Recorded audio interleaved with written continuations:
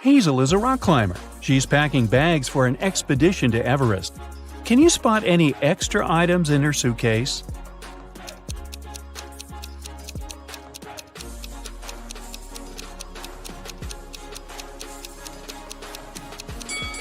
It's unlikely that you would need these fancy high-heeled shoes in the mountains. Also, this fragile vase is useless on a hike. Hazel orders a taxi to go to the airport. She's using this app. There are 4 free cars in her neighborhood, but only one of them can reach Hazel's home. Can you tell which one?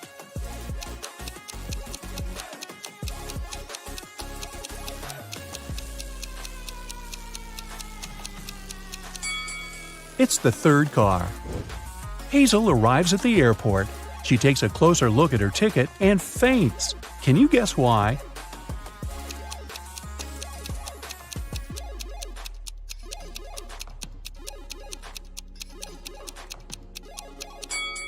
The name of the airport on the ticket doesn't match the airport that she's in. Hazel needs to go to the correct airport as quickly as possible.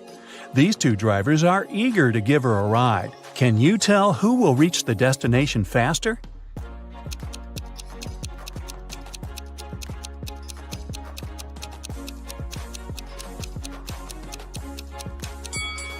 Although the second car looks more expensive and chic, it has a flat tire. Therefore, Hazel should choose the first driver. Finally, Hazel boards her flight. She falls asleep right away. She wakes up in a while and realizes that someone has stolen her phone. Hazel questions 3 suspects. Bill says, "I've been watching a movie within the last hour. I didn't look around. Sorry." Kyle says, "I was sleeping too until you woke me up." And Sheila says, "I'm afraid of flying, so I listened to soothing music with my eyes closed." Can you guess who stole Hazel's phone?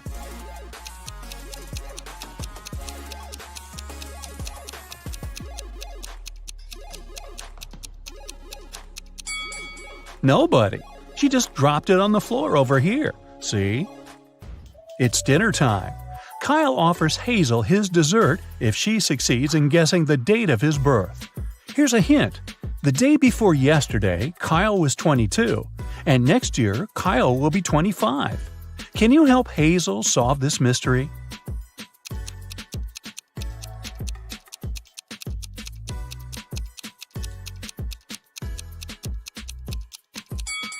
Today is the 1st of January, and Kyle's birthday was on the 31st of December. Therefore, Kyle was 22 on December 30th. Then he turned 23 on December 31st. This year, he will turn 24, and the next year, 25. Finally, Hazel lands in Nepal. She enters the baggage claim area and sees 3 odd things right away. Can you see them too?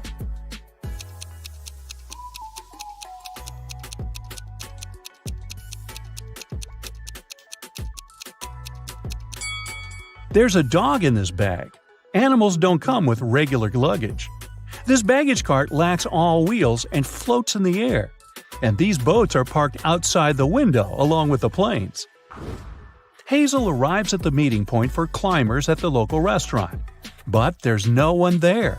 The cleaning lady says, "I was busy cleaning the toilet and just got back. I didn't see anyone."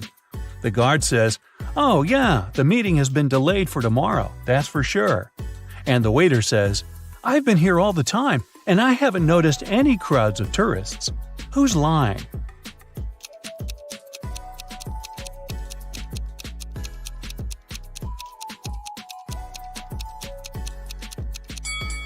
The guard. See this sign? The meeting takes place on the roof.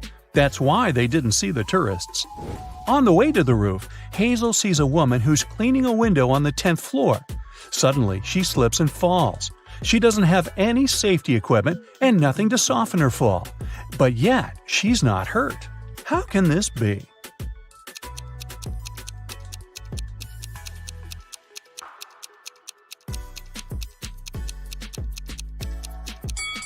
The woman was cleaning the window inside the building. Finally, Hazel meets her group of climbers. But one of these people is an imposter. Can you guess who?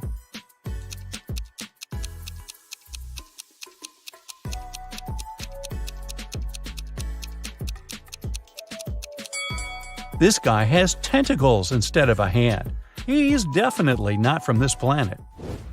Hazel goes on an expedition with the group. She stops to take some pictures and gets lost. In a while, Hazel finds 3 roads leading to the next mountain village. But every path hides some adventure. There's a hungry snow leopard walking on the first path. There's a herd of Himalayan yaks on the second path. And Road 3 leads through an avalanche risk area. Any movement can make the snow slide down. Which way is more or less safe?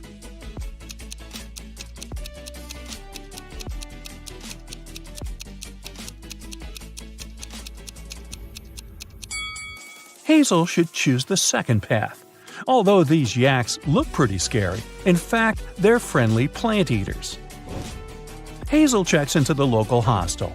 She leaves her bags in the room and goes to see the sights of the village. After a while, she returns and finds out that someone had stolen her passport. Hazel calls the sheriff and he interrogates 4 suspects. The hotel manager says, "I was dealing with a tourist group that has just arrived. I didn't notice any robbers." The hostel owner says, "I was dealing with a bathroom clog all day." The gardener says, "I didn't enter the hostel. I was watering the roses in the garden." And the cleaner says, "I was too busy feeding fish in the lobby. I didn't notice anything suspicious." Who's lying?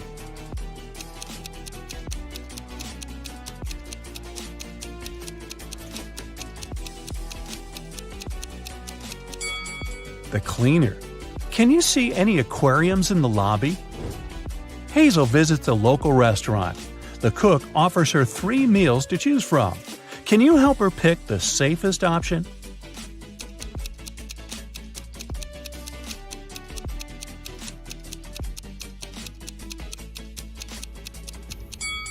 There's a worm in these instant noodles, and there are too many flies around this rice. It's probably not very fresh. So, Hazel should choose this sandwich.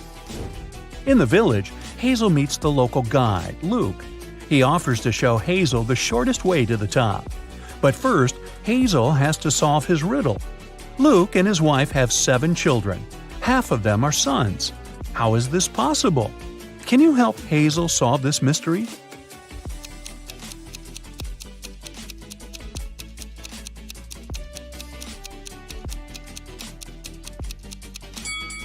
They are all sons. Luke and Hazel begin the trip. On the way, he offers Hazel to visit the local magic caves. Hazel agrees, but eventually she gets lost inside one of the caves. She wanders around for a while and finds these 3 tunnels. There's a portal to the sun in the first tunnel. There's a box with an ancient magic gemstone inside the second tunnel. This gemstone curses anyone who sees it.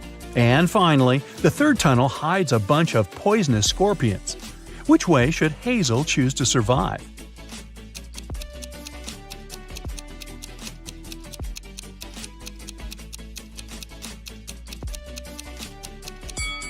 The second one. The gemstone is locked in the box, so Hazel should just walk by it. Hazel needs to cross this toxic swamp to continue her trip. The only way to do so is to jump from one block to another. Can you help her choose the last stone wisely?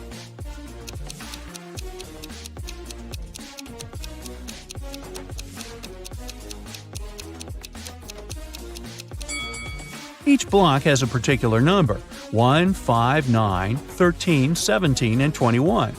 This sequence is formed by adding the number 4. Therefore, the remaining block should be 25, not 27. Hazel continues her journey and finds this weird sign engraved on a rock. Can you help her crack the meaning of this code?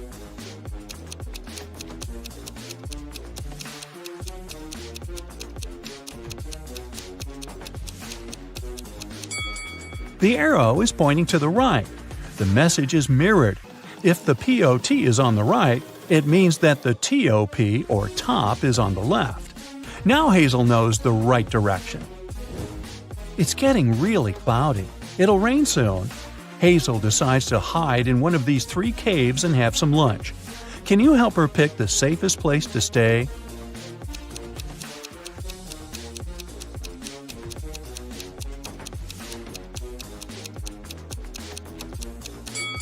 Take a look at the tracks. The first cave is probably home to a family of bears. Mother bears can get furious when it comes to their cub protection.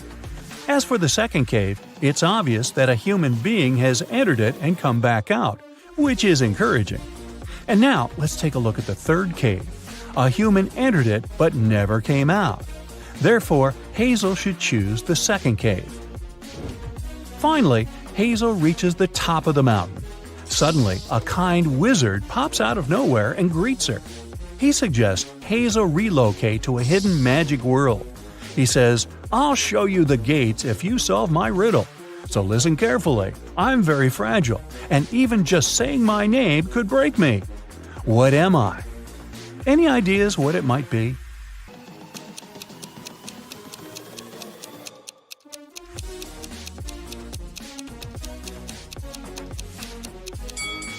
The correct answer is silence. The wizard shows Hazel the gates. There are 3 doors, but only one of them leads to the magic world. Can you help Hazel figure this out?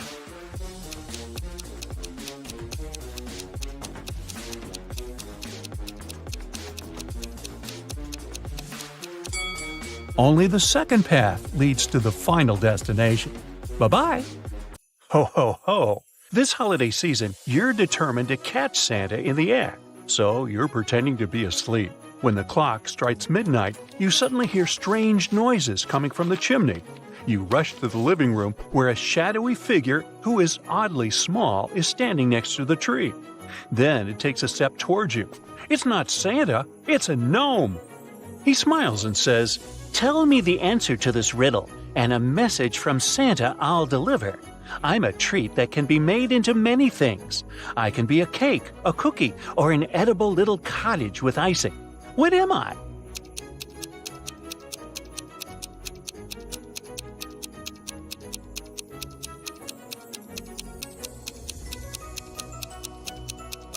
It's gingerbread. The gnome hands you a letter and leaves the room, climbing back up through the chimney. You open it and start reading. "Hello, dear. I'm happy to announce that you made it to my nice people list this year, which means I'm inviting you to my Winter Wonderland Ball that will take place at the North Pole. You'll find the date and time details below. Can't wait to see you and give you your special gift. Ho ho ho, Santa. P.S. Remember, I'm always one step ahead of you, but sometimes I'm right behind you." You look at the time and date details immediately, but the writing doesn't make any sense. Can you decipher it?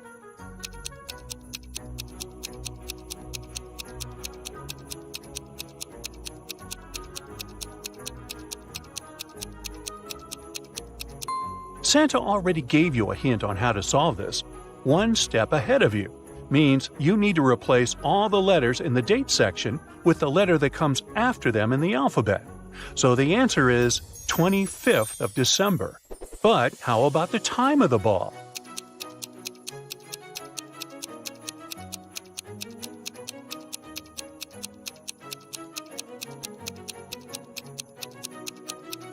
I'm sure you realize the same method doesn't work for this one, but Santa gave you a hint about it too. He said sometimes he's right behind you, which means to solve this one, you need to replace all the letters in the time section with the letters that come before them in the alphabet. And that gives you the word midnight. But how on earth are you going to be able to get to the North Pole by tomorrow night? At that moment, a little arrow pointing to the back of the paper appears below the letter. So you turn it around. Suddenly, a note appears. "Don't worry, I've thought of everything. The answer to this riddle will be waiting for you tomorrow by your window. If you answer it correctly, that is. Now tell me, I'm one of those who pulls Santa's sleigh. My nose helps light the way. Who am I?"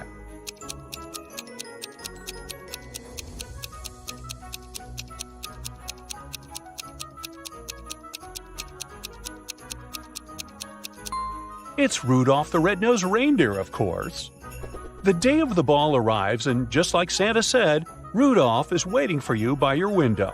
But to make sure you're really the person he's supposed to give a ride to, he asks you this riddle. At night, they come without being called. By day, they are lost without ever leaving. What are they?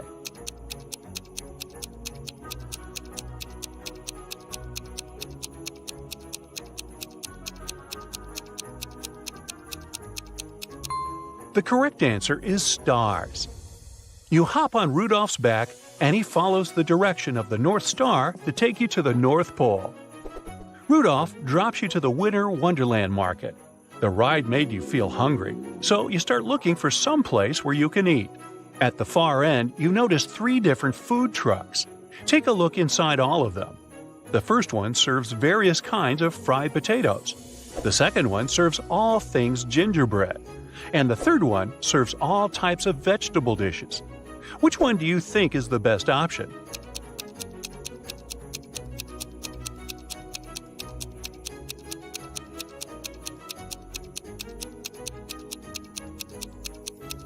Take a closer look at the potato sack inside the first truck. They are actually expired. Did you notice the little snow mice inside the third truck who is stealing vegetables? Let's pass. So, it's better to head to the second truck. Jack Frost greets you and places 3 different gingerbread desserts in front of you. The first one is a gingerbread man cookie. The second one is a gingerbread house. And the third one is a slice of gingerbread cake. Which one should you pick?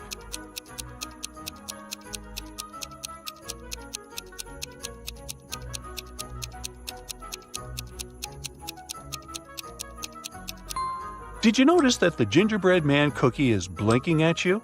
He's alive! You can't eat him! And as far as the gingerbread house, do you see the shadows of teeny tiny elves from its windows? So, a family of elves must be living in it. You wouldn't want to wreck their house. Better choose the gingerbread cake. After you finish your cake, you feel it's time to have something to drink. You see a cafe with a sign that says, "Best Mocktails in Town." So you head there. The owner of the place, Jack Skellington, welcomes you. After explaining to you that he moved to this town to escape from his scary neighbors, he presents you with 3 different drink options. The first one is called Brew of Screams. The second one is called Pumpkin King Latte. And the third one is called Haunting Hot Cocoa. Which one should you order?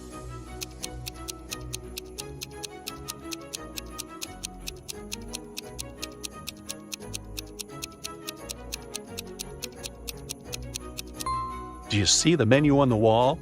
All the special ingredients of each of the drinks are listed here.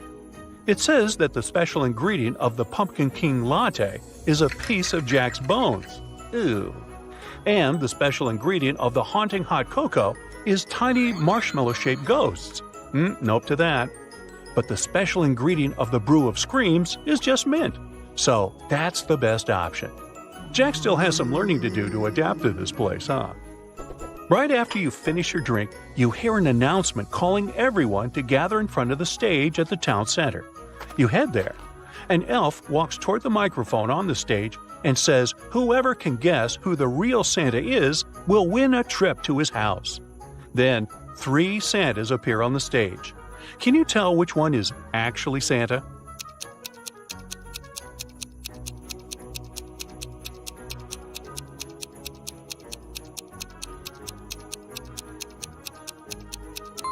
Take a closer look at the first Santa. He's wearing elf shoes. His feet are too tiny for how tall he is, and he's too thin. That can only mean, inside the red coat, there are a bunch of elves standing on the shoulders of each other, pretending to be Santa. Gotcha, fellas. The third Santa, on the other hand, is wearing a skirt and has long hair hiding inside the hat. Then that must actually be Santa's wife, Mrs. Claus, acting as her husband. So, the real Santa is the third one. Santa congratulates you for winning and takes you to his house. But as soon as you enter there, you see 3 elves arguing over a broken toy. Santa interrupts them to figure out who broke it. The first elf says, "I was sleeping. I didn't break the toy." The second elf says, "I was drawing a picture for Santa. I had nothing to do with the toy." And the third elf says, "I wasn't even in the room. I was listening to Mrs. Claus read a story." Can you tell who broke the toy?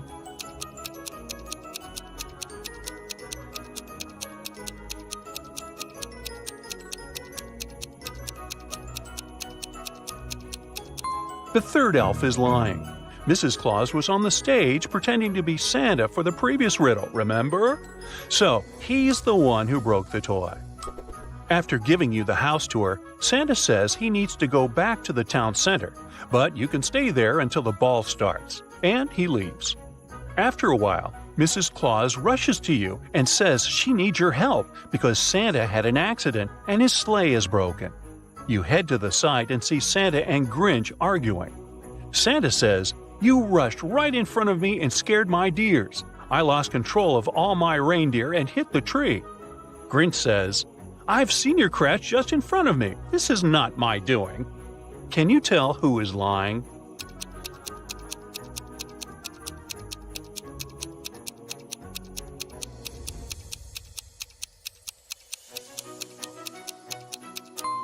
The tracks of the Grinch's ride follow past the accident site. But since Santa's broken sleigh is blocking the road, he shouldn't be able to drive past there. So Grinch is the one lying. Ho ho ho! Happy holidays! Look at these maids attentively. One of them is richer than the other. Can you figure out which?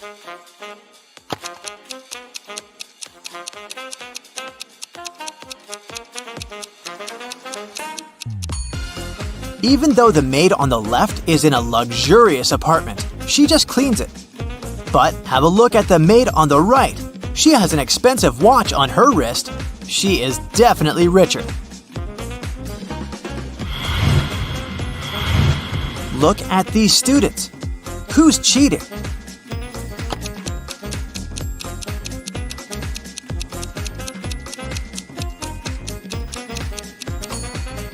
The guy in the front row, he's balancing an open book on his foot. Mrs. Lawrence went missing on Friday. Her husband informed the police and they started an investigation. The last person to see the woman was a shop assistant in a jewelry store. She confirmed that the woman wearing a red dress and red shoes had bought a necklace that day.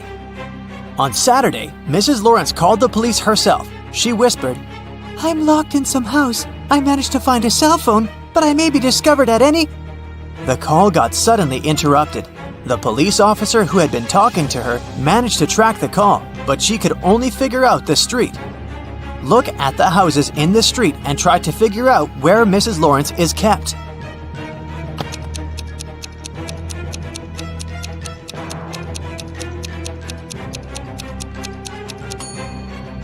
She must be in this house. Look, there's a tiny piece of red fabric on the fence over there, and Mrs. Lawrence was wearing a red dress.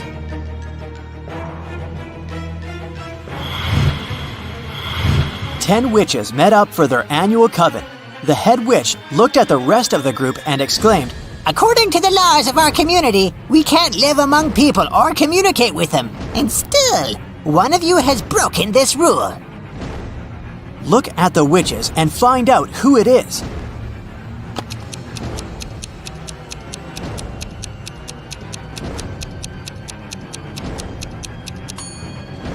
It's the witch in the purple hat. There's a smartphone in her pocket. Three friends, Kathy, Mark, and Lauren, gathered together to catch up on their latest news at Lauren's place. At one point, they decided to play hide and seek, but it was Lauren's turn to look for her friends. She easily found Mark, but even with his help, she couldn't locate Kathy. Uh-oh. Can you help Lauren find her friend?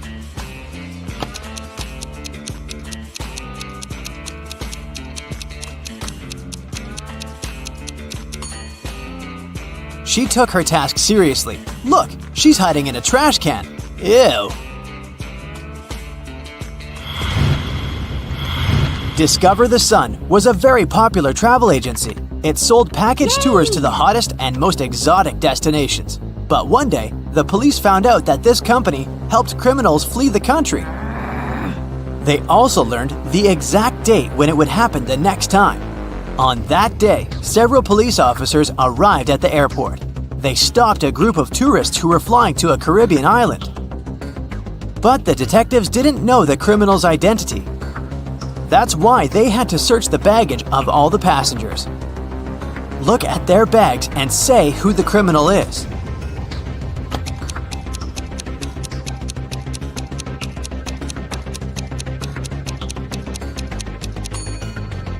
It's the young woman on the left. If she's going on a package tour to a hot place, why does she need a winter jacket?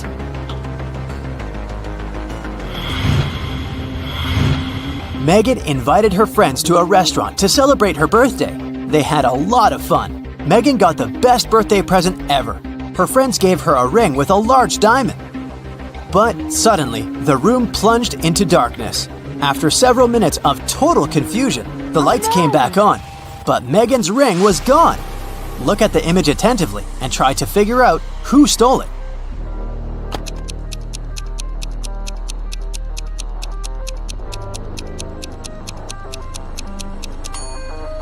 It's the waiter. Look at the glass he's holding. He put the ring inside. Now there's much more water in it. Jacob's girlfriend, Nicole, loved riddles. One day, she was on a business trip to France. She called Jacob and told him it was her relative's birthday. "Could you go and congratulate my family member, please?" When the guy asked her which relative he had to visit, Nicole answered, "It's the daughter of the only son of my grandfather." Who is this mysterious relative Jacob is asked to congratulate?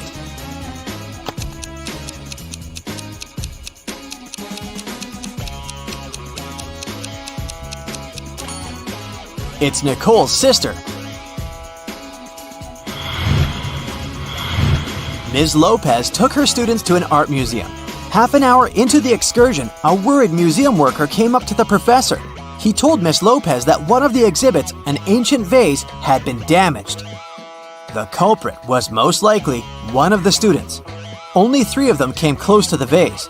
Maria said, "After I looked at the vase, I noticed my makeup was smudged. So I went straight to the bathroom." Anthony replied, I didn't touch the exhibit. After looking at it, I went to the next room to see dino skeletons. And Nathan said he'd been following Miss Lopez, taking notes. One of these students is lying. But who?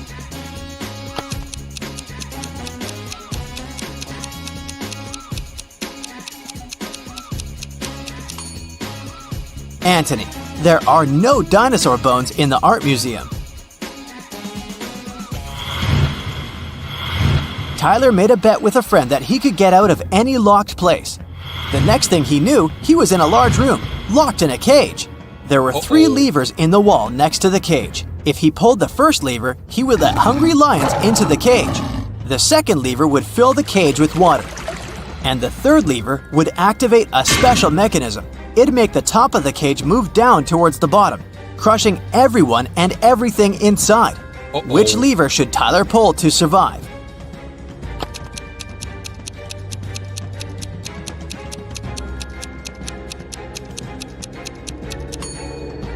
His only choice is the second lever. All the water will flow out through the bars of the cage.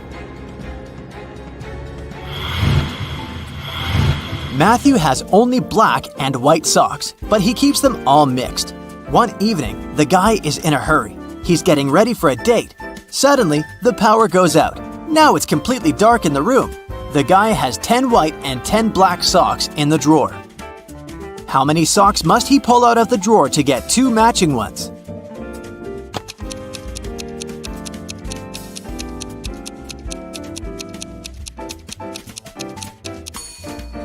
Just 3. In a set of 3 socks, he's bound to have 2 socks of the same color. Dennis, Maria, and Julie were at a party. They decided to play a game. There were 5 hats, 2 red ones and 3 yellow ones. The friends closed their eyes, took a random hat each, and put them on their heads. Then they opened their eyes and looked at one another. Each of them had to guess what color the hat on their head was. Dennis and Julie said they didn't know, but Maria exclaimed that she knew the color of her hat. What color was it?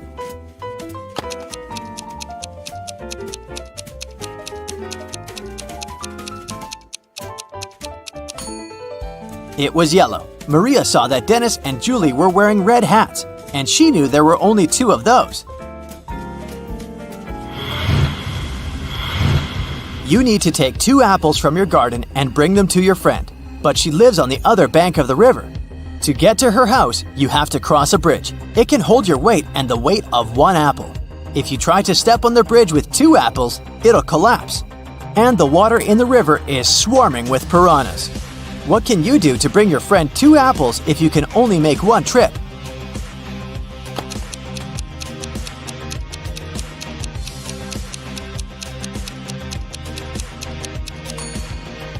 You should cross the bridge while juggling the apples.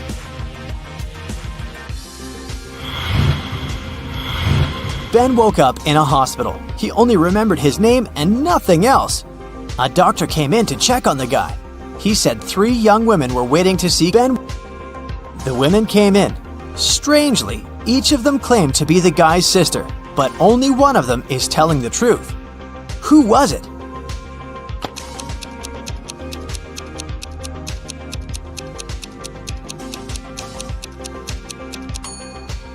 The one girl in the middle.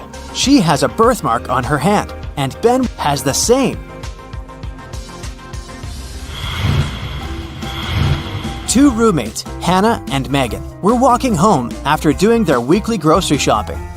Hannah kept complaining about how heavy her bags were. Then Megan told her, "I don't understand why you're upset. If you gave me one of your bags, I would have twice more bags as you do. And if I gave you one of mine, we would have the same number of bags." How many bags were the girls carrying?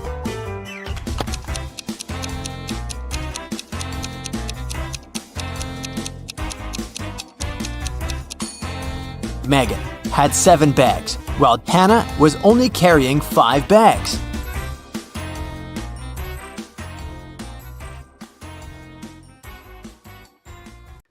So Mia wanted to go to the party her classmate was throwing, but her father didn't let her. Mia thought for a while and remembered her grandparents had just moved to their new 1-story country house. She asked her dad if she could visit them at the weekend, and the man agreed. But Mia went to the party instead. When she got back home after the weekend, her father asked her if she had had a good time. Mia replied she helped in the garden a little and spent the rest of the day upstairs. Her father immediately knew she was lying. How?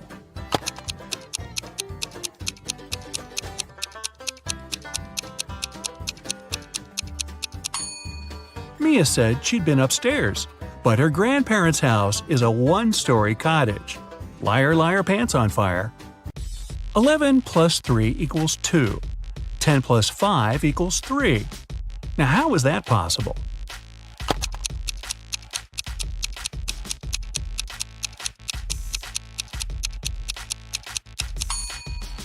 It makes sense when we talk about time. 11 o'clock plus 3 hours is 2 o'clock. 10 o'clock plus 5 hours is 3 o'clock. One king wants to find out which of his 3 sons is the smartest. He takes 3 chests and puts his crown in one of them. On each chest there's a statement, but only one of these statements is true. The crown is in this chest. The crown isn't in this chest. The crown isn't in chest number 1. Each person can only open 1 chest. The son who figures out where the crown is will be the next king. But can you solve this riddle?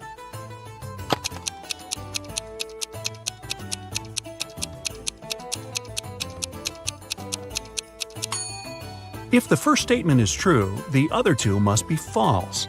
It's not so because the second statement turns out to be correct. So this assumption's wrong. If the second statement is true, the crown isn't in the first chest. It's not in the second chest either. Then it must be in the third one. But this makes the third statement correct, although it shouldn't be. If the third statement is true, the first one's wrong and there's no crown in the first chest. The second statement's also wrong. Now there are no contradictions. The crown's in the second chest. Here's a sequence of letters. Which letter should you add?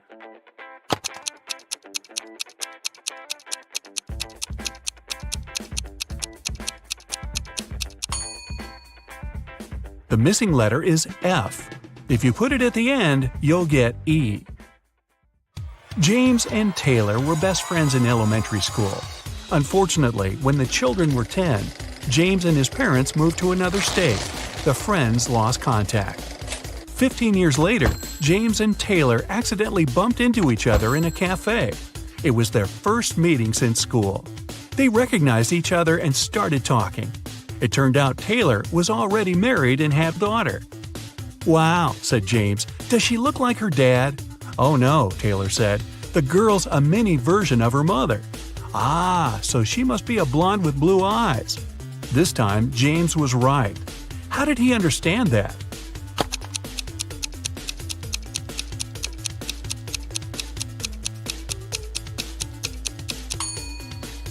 Taylor's a girl. She's the mother, and James only needed to describe her. You're outside a room with 3 switches in the off position. Your task is to find out which one turns on the light in the room. You can flip as many switches as you want, but you can walk into the room and check if the light's on only once. How can you understand which switch controls the light bulb?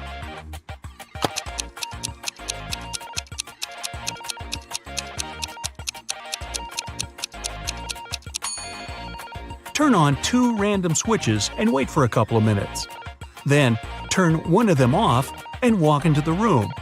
If the light's on, the switch connected to the bulb is the one you left in the on position. If the room's dark, touch the light bulb. If it's hot, then the controlling switch is the one you just turned off. If the light bulb is cold, the correct switch is the only one you haven't touched. Esme got lost in the forest. She was wandering around for the whole day. Finally, at dusk, she saw a spooky house.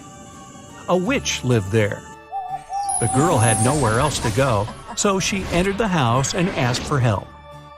The witch said if Esme solved her riddle, she'd be free to leave in the morning. Here's how the riddle went. 17J, 70M, 96A, 162J, 256S, 354, what's the missing letter?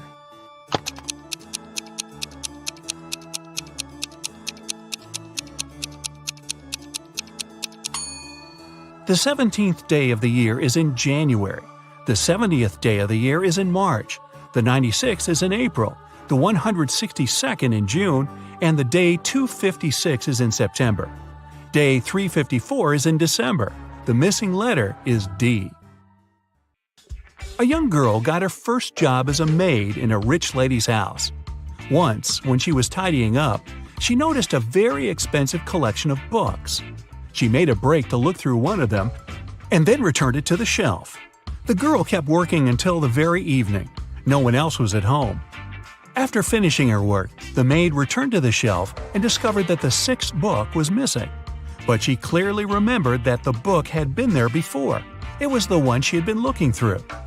When the lady returned, the girl confessed she'd lost the book. But the woman only laughed and said everything was fine. Nothing was missing. How come?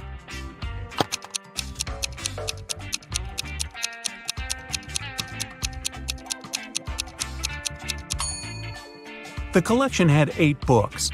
The 9th book was actually the 6th one. The girl accidentally put it upside down. Right before Christmas, the police got information that a famous thief named Alfonso had left Chile. He boarded the plane to Los Angeles. The only thing the detectives knew about the man was that he had a beard.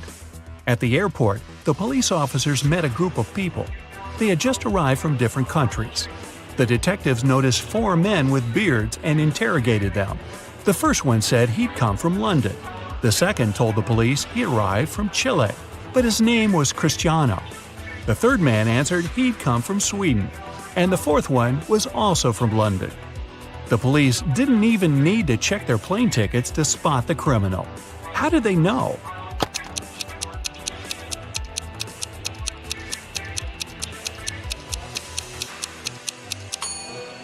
It's Christmas time, but the man who supposedly came from Sweden is dressed too lightly for that climate. He must have arrived from Chile, where it's summer. A road accident happened on a foggy day. 2 drivers were taken to a hospital. Each of them had a concussion. Interestingly, their cars didn't even have a scratch. What happened?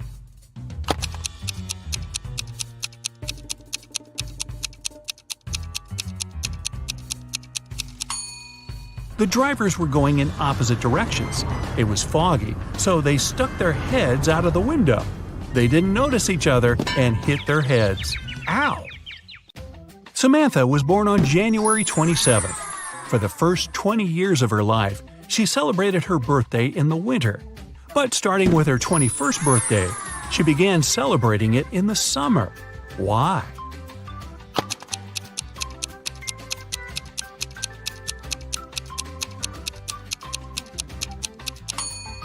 She moved to the southern hemisphere, where it's summer in January. Two sisters, Ava and Nicole, are very honest girls. They always tell the truth, except for one day a year. On their birthdays, they always lie. Today is September 17th, and you ask them when their birthdays are. Ava says hers was yesterday, and Nicole says her birthday is tomorrow. The next day, you ask them again, and they say the exact same thing. Can you guess when their birthdays are?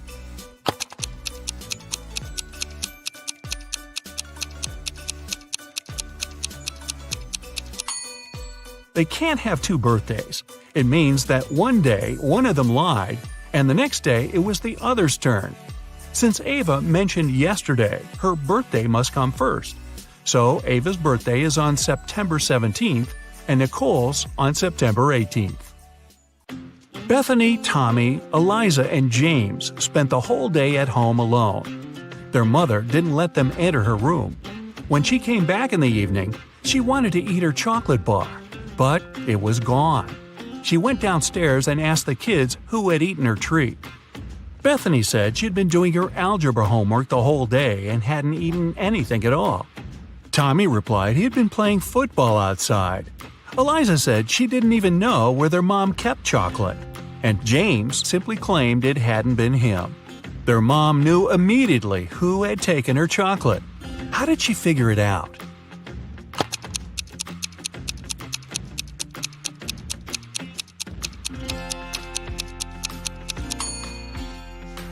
It was Eliza. The mother never mentioned what kind of treat was missing, but Eliza somehow knew it was chocolate. The father of identical quadruplets, Aurora, Belle, Chloe, and Dana, called the teacher and asked her to let Dana leave earlier. She had a doctor's appointment. The teacher couldn't tell the girls apart. To have some fun, the quadruplets refused to confess who was who, but gave their teacher a hint. Chloe is somewhere in the middle. Dana is to the left of Belle and to the right of Aurora. Aurora is right next to Dana. How can the teacher identify the girls?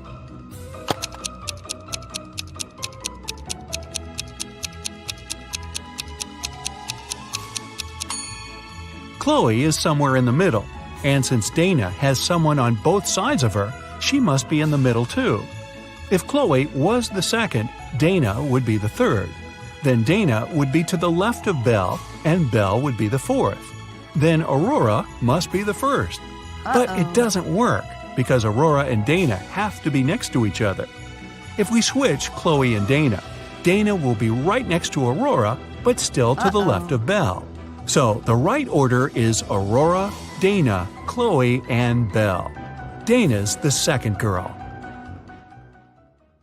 Hey, how about some tricky riddles that will put your brain to work? Ready? How fast can you solve this one? Grace has 7 sons and each of them has a sister. How many children does Grace have in total?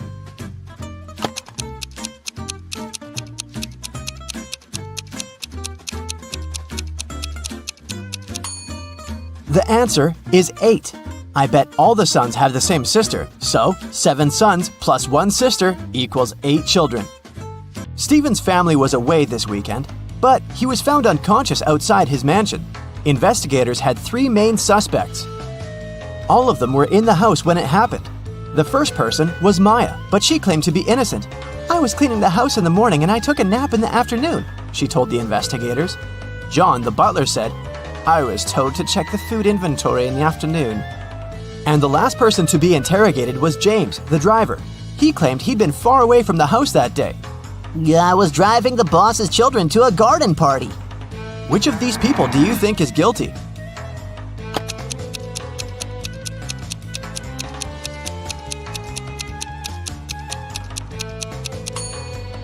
It was James. All family members were away that weekend, so his alibi can't be true. What English word has the same pronunciation even after you take away 2 of its 3 letters?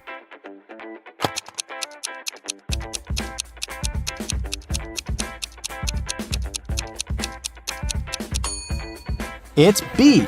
Phew, that one took some work. Look at these images and try to guess what's wrong.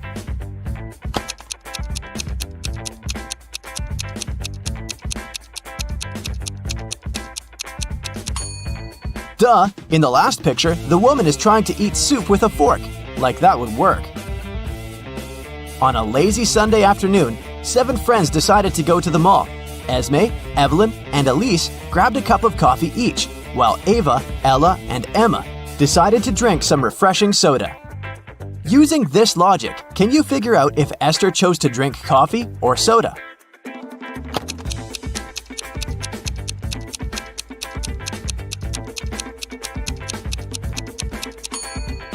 Esther is drinking coffee. The secret is in the girl's name. Esme, Evelyn, Elise, and Esther all have 2 letters E in their names, just like the word coffee. There were 4 pairs in the basket and 4 people in the room. Each person took 1 pair. In the end, there was still 1 pair left in the basket. How is that possible?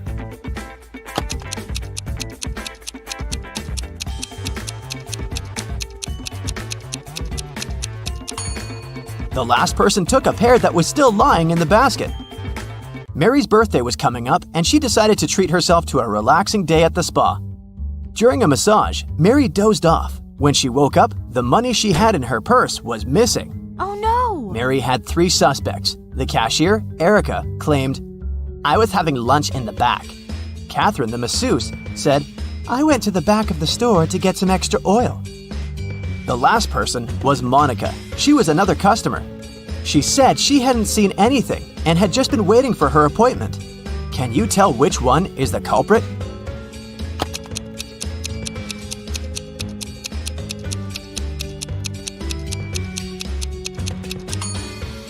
The thief is Catherine. She must have waited for Mary to fall asleep and then took her things. Look at the money hidden behind the oils. Hey, it's time for a hair appointment to trim those split ends. But in this scenario, there are only 2 hairdressers in town who can cut your hair. This guy or this girl. Which one should you choose?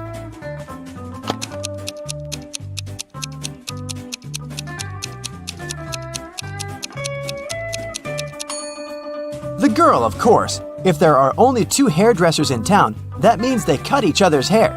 And judging by the haircut the guy gave the girl, it looks like he doesn't really know what he's doing. If a rooster lays an egg on top of this cabin, in which direction will it roll?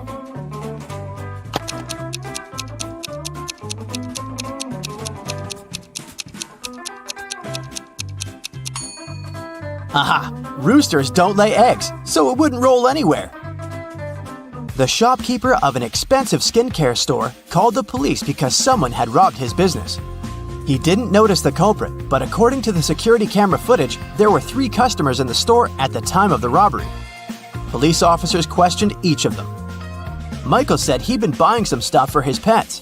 The second suspect, Kayla, was looking for ointments and some aloe vera gel. The last person, Rachel, told the interrogators she'd been busy looking for lotions. Can you tell who's lying?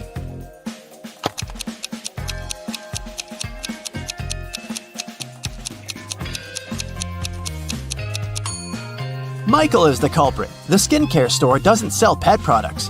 Duh. Peter is a rich man who owns a lot of expensive jewelry. One day, he woke up and noticed that all of it had been stolen. Uh-oh. He called a private detective to solve this case. Peter's wife Carla was the first one to be interrogated. "I was showering at the time," she said nervously. Bianca, the housekeeper who had been working for the family for years, was not in the house. She said, "I was cleaning the garage." The last suspect was Barb, the house chef. "I was making lunch for the family," she told the detective. Can you tell who stole the jewelry?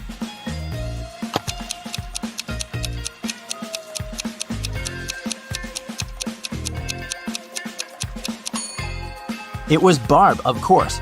She claimed she was cooking lunch, but the crime happened at night. A man lives on the 80th floor of a high-rise building. On rainy days, he takes the elevator all the way up. But on sunny days, he only takes the elevator halfway to his floor. And then, he takes the stairs the rest of the way. Why does he do this?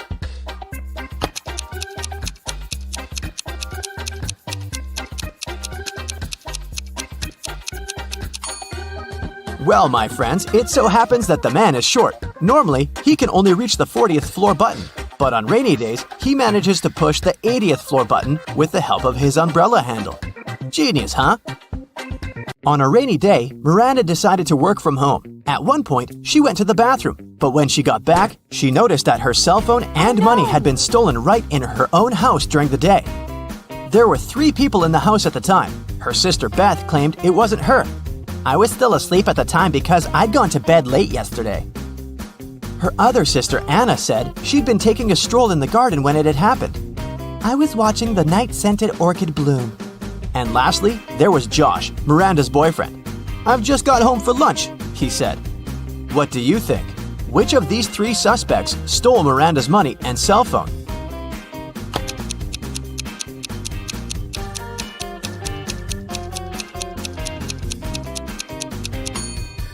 Anna is the culprit, of course. Night-scented orchids only bloom at night, so she probably sneaked in and grabbed Miranda's things while the girl was away. A farmer rode into the village on Monday. He stayed in the village for 4 days and rode out on Monday. How is that possible?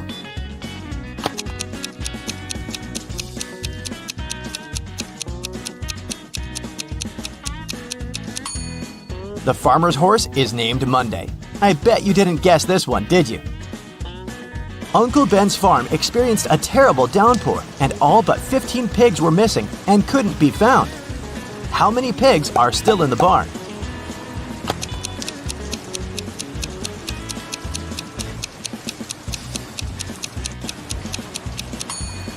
If you said 15, you got it right.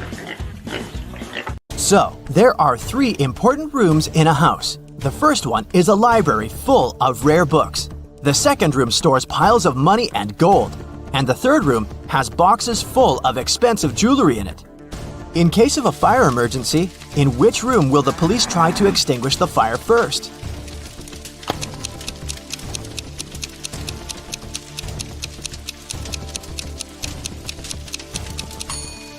The correct answer is none. Police officers don't fight fire. That's the job of firefighters. Virginia accidentally sent an email to her boyfriend instead of her best friend. She didn't want her partner to see it, so she took his laptop while he was sleeping and tried to delete the message. The laptop required a password to unlock. Luckily, there was a post-it with a hint. History, 3. Music, 5. Book, 2, 3, 1. Yellow, 1. What's the passcode?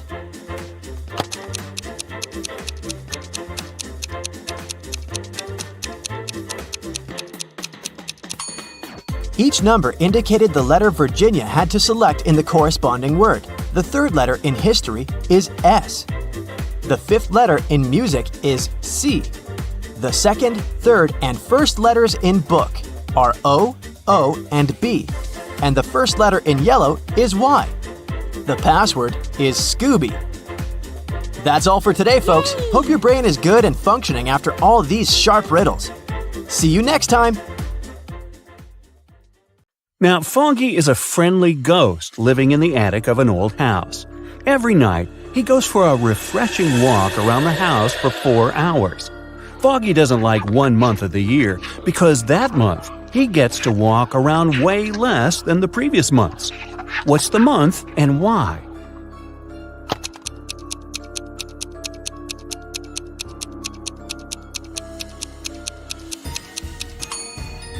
It's February. There are just 28 days and nights in February, and 29 on the luckiest years. So, fewer nights and less time for Foggy to walk around. Just a month ago, Autumn and her family moved into a new house. Everyone loved it, but Autumn was sure that the house was haunted. She doesn't know it yet, but our old friend Foggy is the ghost that lives in her attic. He is a friendly ghost, so once he left her a message written on a mirror. Autumn woke up and saw this. Can you help her read the message?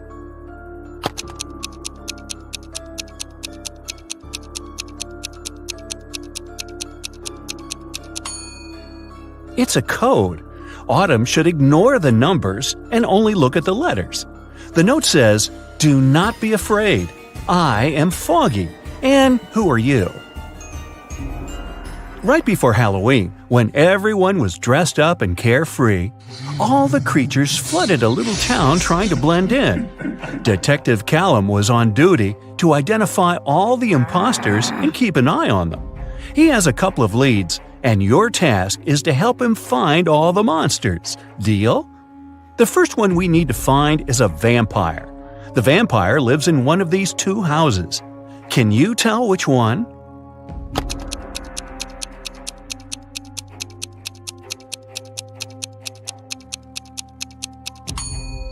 Look, there is garlic hanging in this house. Vampires can't stand garlic, they prefer cilantro, so it cannot be a vampire's house. So the vampire lives in this one. Perfect, let's move on. One of these houses belongs to a centaur. Do you have any idea which one?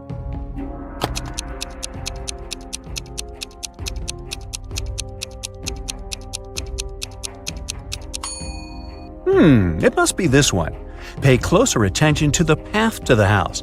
There are footprints of horse hooves. Centaurs have an upper body of a human, but a lower body of a horse, which explains the prints. The centaurs must be living here. The next one we need to track is a mummy. Take a closer look at these two apartments. Where does the mummy reside?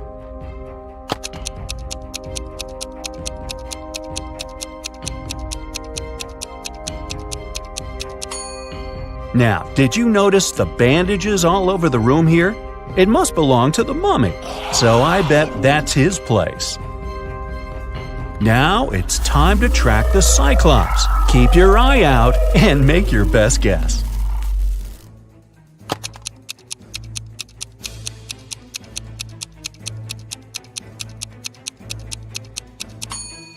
Did you notice this strange object in this room? It looks like a pair of glasses, but it only has one lens. Well, that's because it belongs to a Cyclops. They only have one eye, so that must be his place. Okay, we only have one last creature to identify, a gnome. Here are two apartments. Which one does the gnome live in?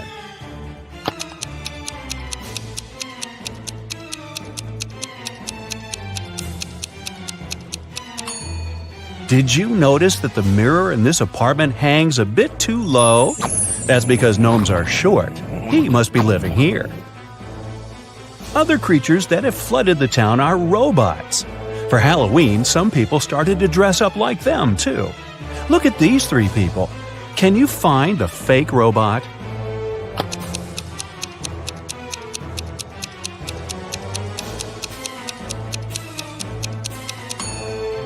Look at their footprints.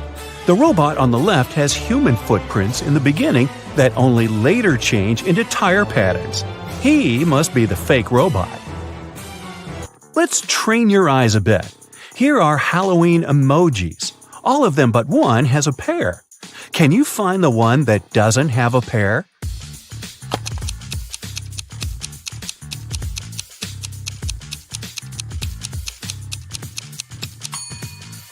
Great job! Here it is. Okay, one more time. Now there are even more emojis. Do you see the unique one?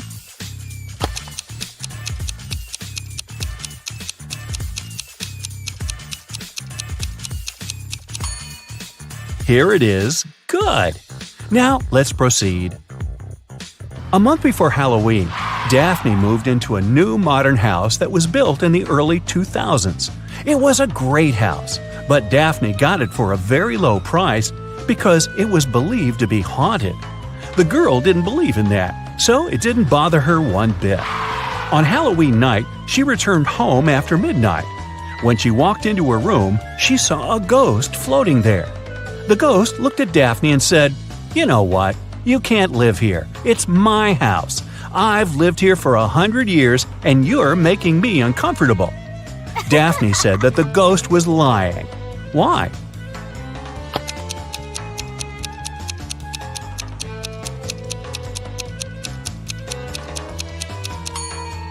The house was built in the early 2000s, so it's barely 20 years old.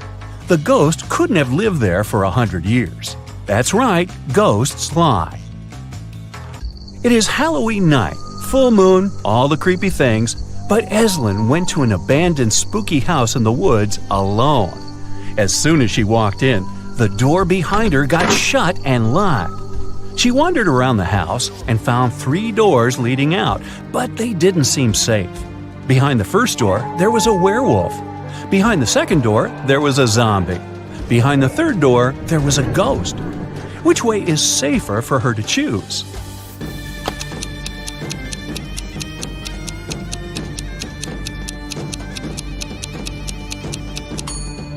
Eslyn should definitely choose the third door. Ghosts may be spooky, but they can't do her any real harm. Of course, Eslyn wasn't the only one who went to the house that night. Another student, Colton, dressed in the silver armor of a knight, decided to explore the spooky house too. Just like with Eslyn, the door got shut behind him right after he stepped into the house. He found 3 ways out too. Behind the first door, there was a vampire. Behind the second door, there was a huge dragon who hates strangers. Behind the third door, there was a huge cyclops that would crash anyone who walks in. Which way should Colton choose to stay safe?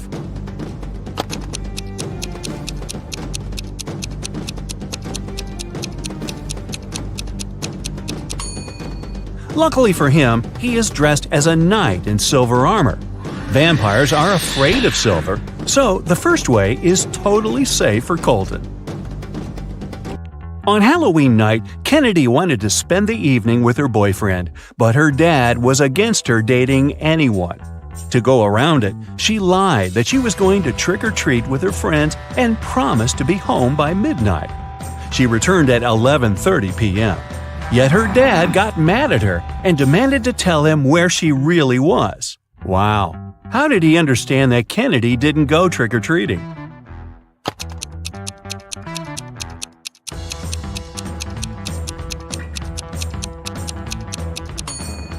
She returned with an empty candy basket.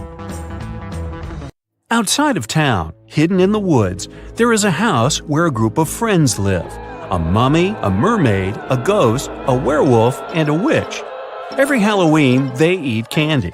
There are 5 creatures, but this year they only have 4 chocolate bars, and they don't know how to split them equally. Maybe you have an idea?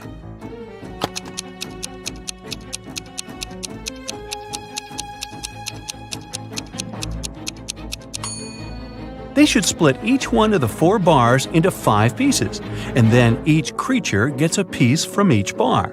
This way, everyone will eat exactly 4 pieces of chocolate. Now that monsters and humans live next to each other, let's try to identify who is who. I will be showing you photos, and your task is to find a monster in each photo. Here's the first one. Can you find the monster?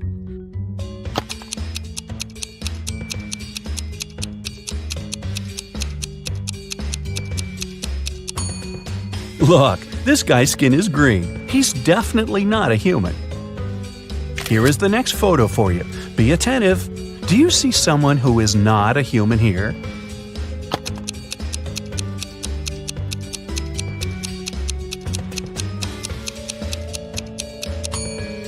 This girl in the swimming pool is a mermaid.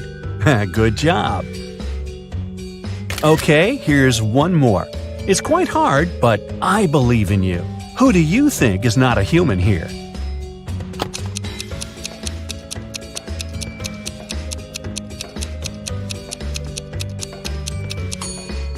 Look, this woman doesn't cast a shadow. Now this is not normal for a human being, so she must be some other creature. Great job! Here's another one for you. Which one do you bet isn't a human?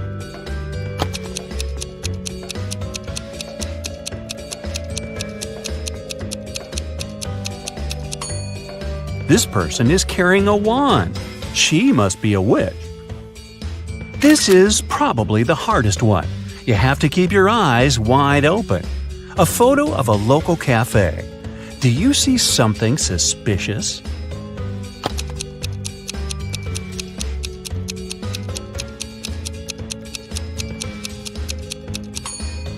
Look, there's a glass of blood in the air, as if someone's drinking it. It must be the vampire who's drinking it, but the vampire isn't in the photo because they can't be photographed. Technicalities.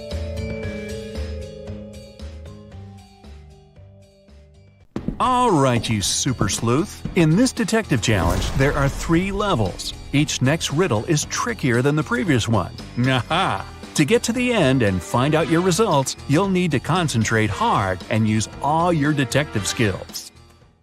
Level 1. Anthony lives in the south of town, 20 minutes away from college. Mark's house is in the north and a bit closer, just 10 minutes away. Their lectures start at the same time, and the guys always meet in the park on the way to their classes. Who's usually further from the college building when it happens?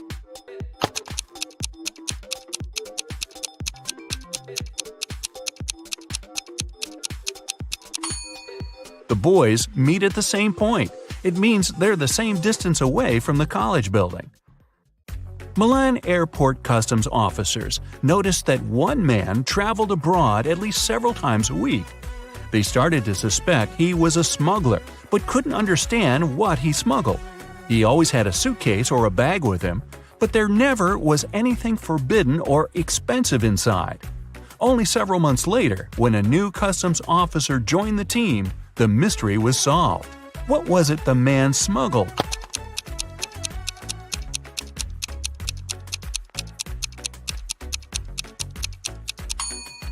He smuggled designer suitcases and bags. Detective Dan Carlos was following a criminal who had stolen his watch. This person, Dan didn't see whether it was a man or a woman, ran for a hospital building and disappeared inside. When the detective rushed through the doors, he saw 2 doctors examining their patients. One of them had to be the criminal he was looking for. But which one?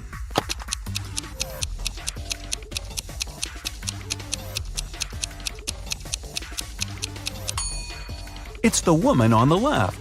Her stethoscope earpieces aren't in her ears. Emily had passed a difficult test with flying colors. But for some inexplicable reason, her professor's sure the girl cheated. After arguing for a while, they come to an agreement. If Emily solves one riddle her teacher will give her, she'll get to keep her high mark. On the piece of paper the professor hands her, there's just one word: house. The girl doesn't need much time to figure out the answer. What is it?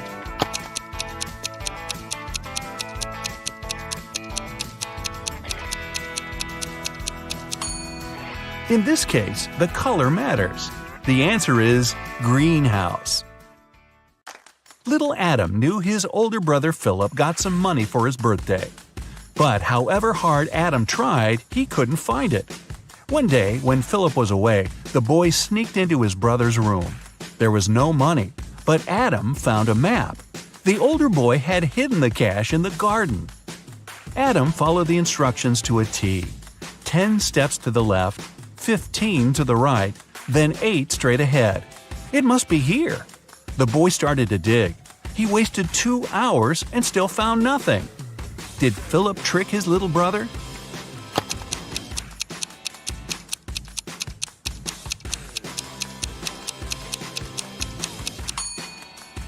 Adam's steps were much smaller than his brother's. That's why he was digging in the wrong place. Level 2.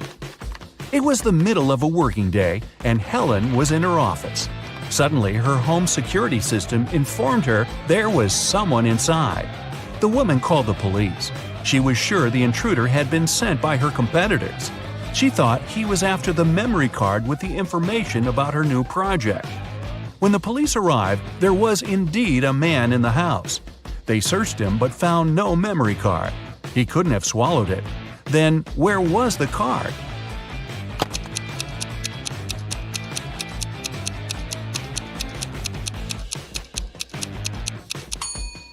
When the police got him, the man secretly slipped the memory card into one officer's pocket.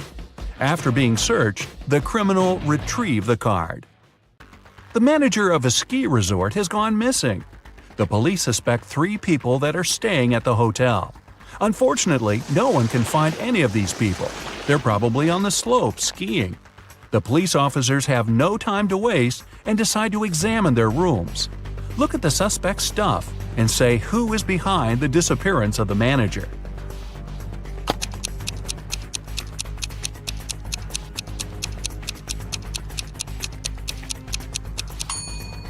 It's Joe. He's the only one who doesn't have warm clothes or winter sports gear and equipment. It means he didn't come to the resort to have some fun.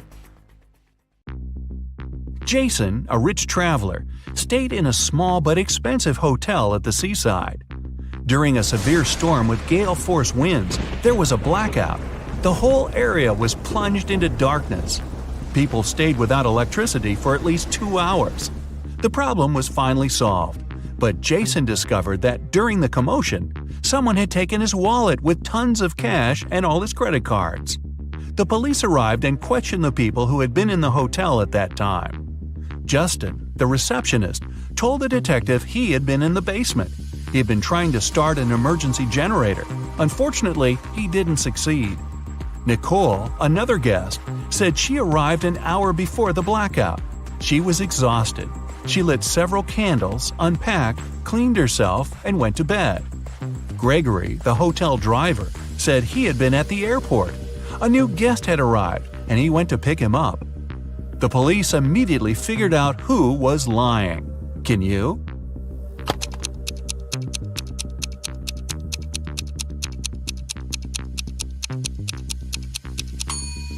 The blackout was caused by a bad storm, and planes don't fly in such windy weather.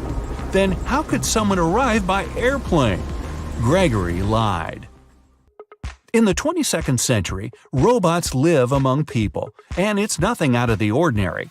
But sometimes they resemble people so much it makes detective work way harder. Like this time. Eric Blank, an experienced police officer, has to figure out which of the 3 suspects is guilty of identity theft. He knows for sure the culprit is a robot. But who isn't human?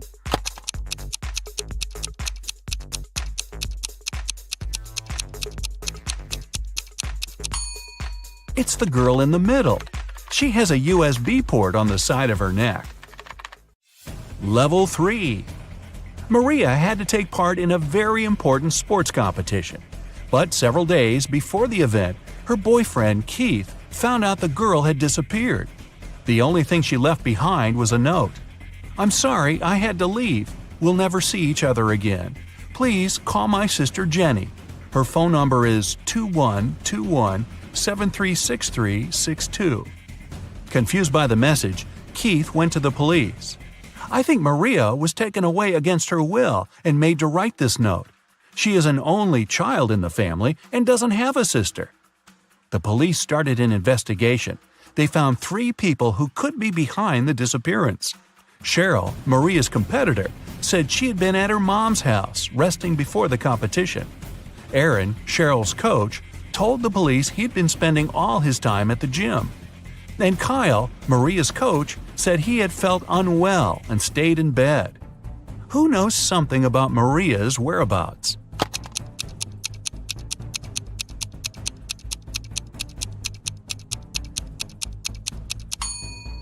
In her note, the girl didn't write a phone number. This way, she encoded the criminal's name, Aaron.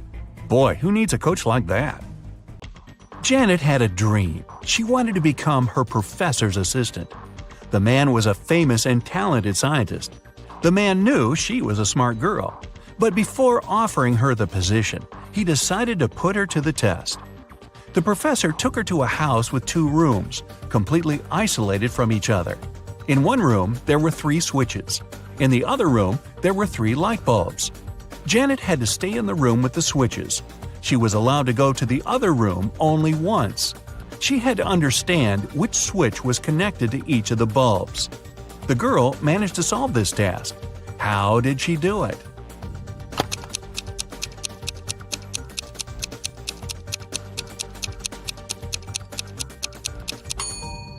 She turned on the first switch and waited for a minute. Then she turned it off. After that, she flipped the second switch and went inside the room with the bulbs. One of the bulbs was on. It was the one connected to the second switch. Janet touched the remaining bulbs. The warm one was connected to the first switch, and the cold one was linked to the third switch. Kyle lived on the 6th floor of an apartment building. Once, the man was having his coffee on the balcony. Suddenly, he spotted a woman on the 8th floor of the building opposite his. She opened the window and threw something with a great force. In no more than a minute, Kyle jumped to his feet and ran to call the ambulance. They arrived soon and rushed the woman to a hospital. What did she throw out of the window?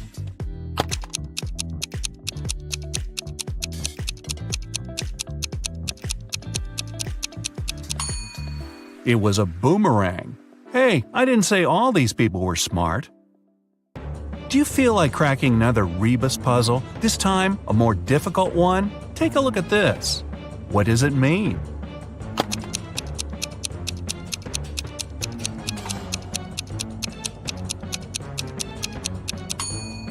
Safety in numbers.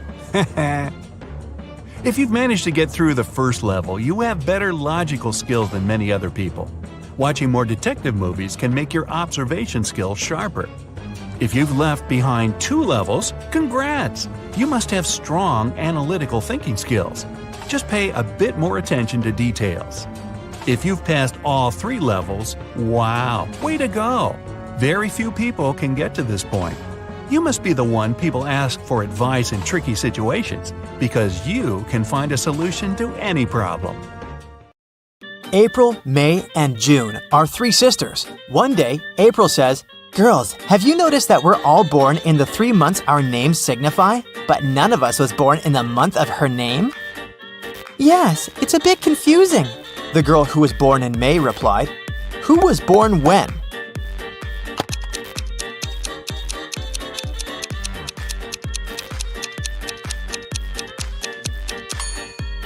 Since no one has called their birth month, then April must be born either in May or June.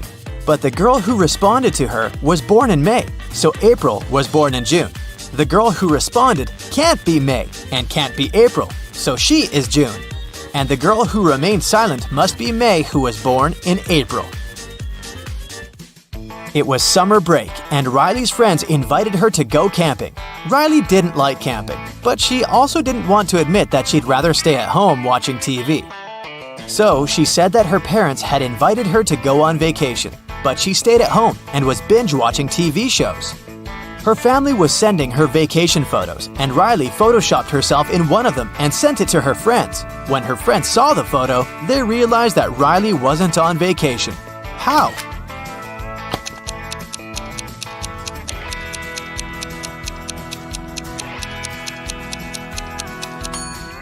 Look, Riley is the only person in the photo who doesn't cast a shadow. Mrs. Collins went on a business trip, and her daughter stayed in the house alone. Of course, the girl wanted to throw a party. Her mother knew it was inevitable, so she gave her permission, but on one condition. There should be no more than 5 people in the house. In the late evening, Mrs. Collins called a neighbor and asked her to check the house. Here's what the neighbor saw when she approached the house. How many girls are partying there?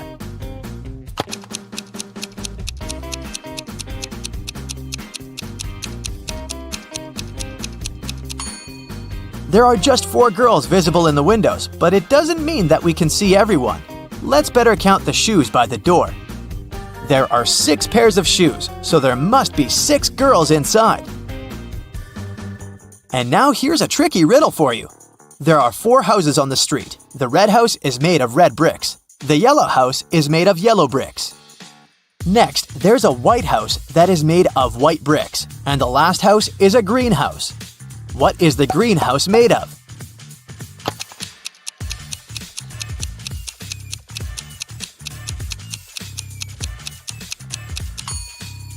Well, greenhouses are made of glass. Did you get it right, or did I trick you? Mrs. Jones finished cooking dinner and went to the living room to call her triplets for dinner. When she walked in, she saw her favorite vase shattered on the floor. "Who did it?" she asked, but none of them admitted.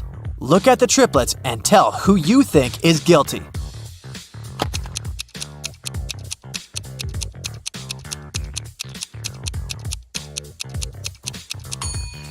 It must be this boy in the middle.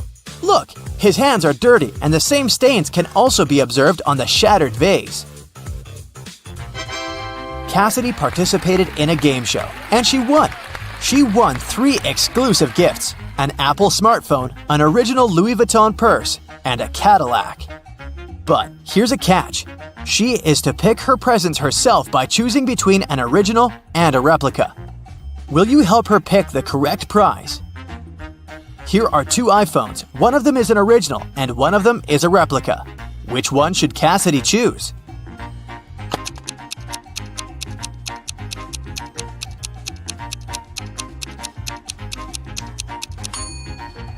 This one has the correct logo, so it must be the original. Now, there are 2 identical purses, but only one of them is an original Louis Vuitton purse. Which one?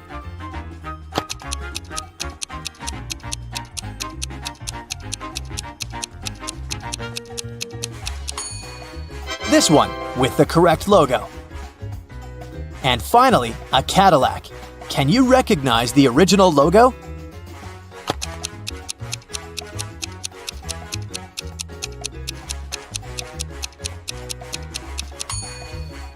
This is the one! Evie has always wanted to get a dog, but her mom wouldn't allow her. Once, she found a puppy on the street and brought it home and hid it from her mother. Evie had kept it for 2 weeks without her mom knowing. But one morning, Evie's mom walked into the room and realized that there was a dog living in her daughter's room.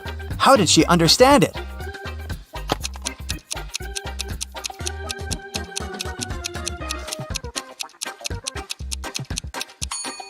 Look, there's a dog bowl and dog food in Evie's room. Amanda lives in a small town. Her favorite artist just announced that she will come there for a concert. So, Amanda needs money to get a ticket, and she decides to find a summer job. She has 3 options. One option is to work on a project in a call center, which will last a month, and she will get $350 in the end. The second option is to work in an ice cream shop, where she will earn $90 a week. The third option is walking the dog of one of her neighbors, and she'll get $10 per day for this. Which job should she take to earn the $170 needed for the concert ticket as soon as possible?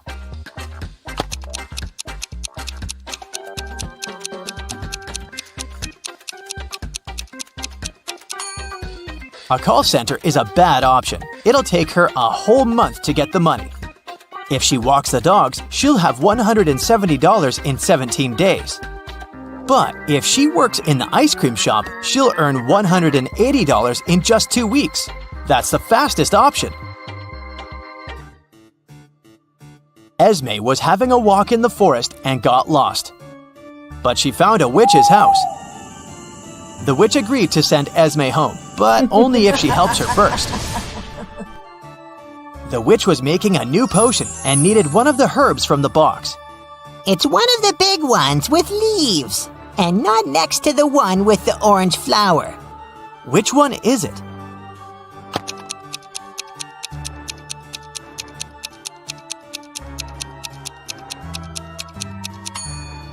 Okay, there are just 3 big ones, so it's one of those. Not next to the orange flower, so not this one. And only one of the remaining ones has leaves, so this is the one.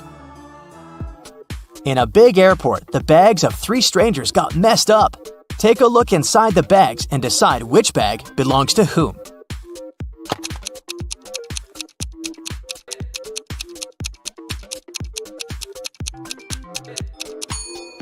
Okay, the bag with dresses and makeup most probably belongs to this woman. The bag with the professional photo camera probably doesn't belong to the blind man, so it's the bag of the other man. And the last bag belongs to him. Mrs. Lawrence had 3 teenage daughters, Leah, Chloe, and Della. They were all grounded and couldn't leave the house. Still, a neighbor saw one of the girls in a mall. Mrs. Lawrence came home and asked the girls what they were doing. "I was in the house preparing for my history test," said Leah. I was doing puzzles in my room, shrugged Chloe. I was gardening, said Della. Who lied?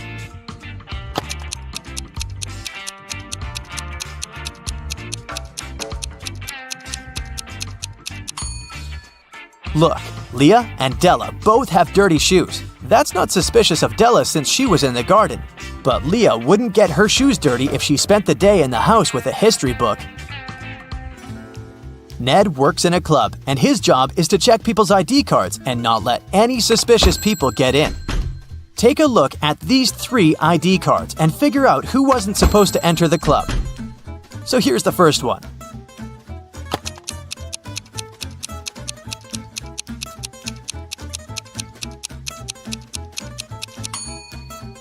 She seems fine. Let her in. What do you say about this guy?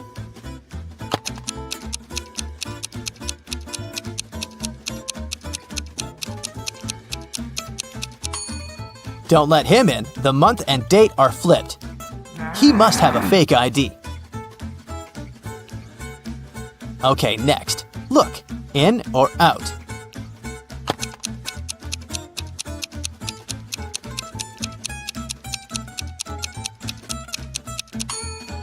Look, the photo of this young lady isn't made on a white background, as documents require.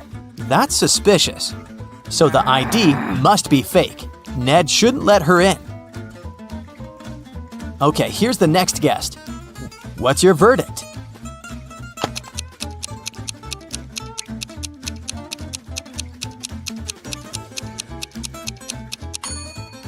He seems fine to me.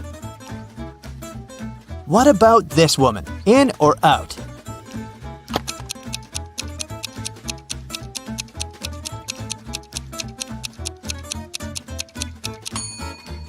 She seems all right. Green light. Okay, another one. In or out?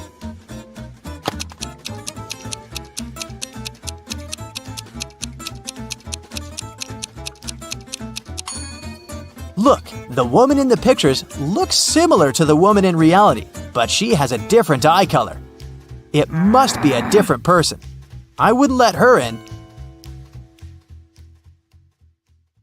Welcome to Brightside U. You've got one more final before break, all riddles. Jot down your answers and we'll see what your score means at the end of the video. The university president's looking nervous. He gets to his office and opens the door. It's the end of the semester, and all the students are about to take their finals, except Intro to Geography. The teacher had to postpone that final for some reason. When he sits at his desk, he discovers that someone's been rummaging through his papers. They've stolen the physics final.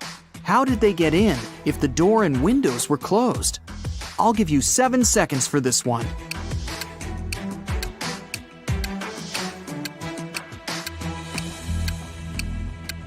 That ventilation panel above the president's desk, it's been moved. Someone crawled all the way through there. Impressive. But who did it? To answer that, you need to solve a bunch of other riddles first. Then maybe you'll figure out the mystery at the end of the video. The president leaves his office and walks down the hall. There's a loud crack, and the power goes out all over the building. Someone must have flipped all the fuses. He heads down to the break room to see what's up. I mean, he's the president after all. Yep, someone's been messing around down here. There's 3 suspects in the room. The cleaner says somebody turned off the generator when he came in to clean. Rachel's a new transfer student. She says she totally got lost and ended up in here by accident. Simon's a junior. He has his phone in his hand. Says he was playing one of those video games where you have to find stuff. Which one of them shut off the power? Your 7 seconds starts now.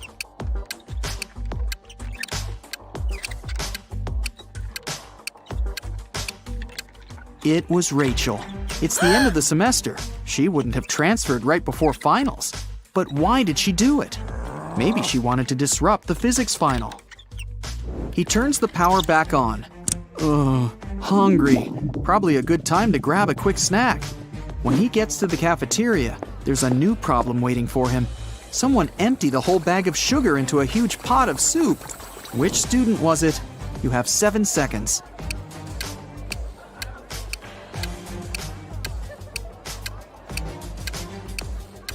All the suspects have bowls of soup in front of them, but one of them doesn't have a spoon, just a fork. He was never going to eat the soup. He knew it would taste disgusting. Just as the president finishes up his sandwich, he gets a text. It's from a professor. He needs help in his office ASAP. In the office are 3 students, standing around and looking guilty. The professor claims one of them graffitied the painting on his wall. Which one did it? You've got 7 seconds to figure it out.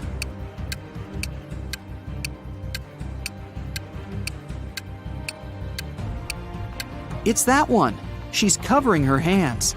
There's probably some paint on her fingers that she's trying to hide from you. Next stop, the infamous physics exam. The president heads over to the exam room. Everything's quiet in there. Looks okay. All the students have their heads down, staring at their papers. But someone's cheating. The president can sense it somehow. Help him find the sneaky student. 7 seconds to scan the room.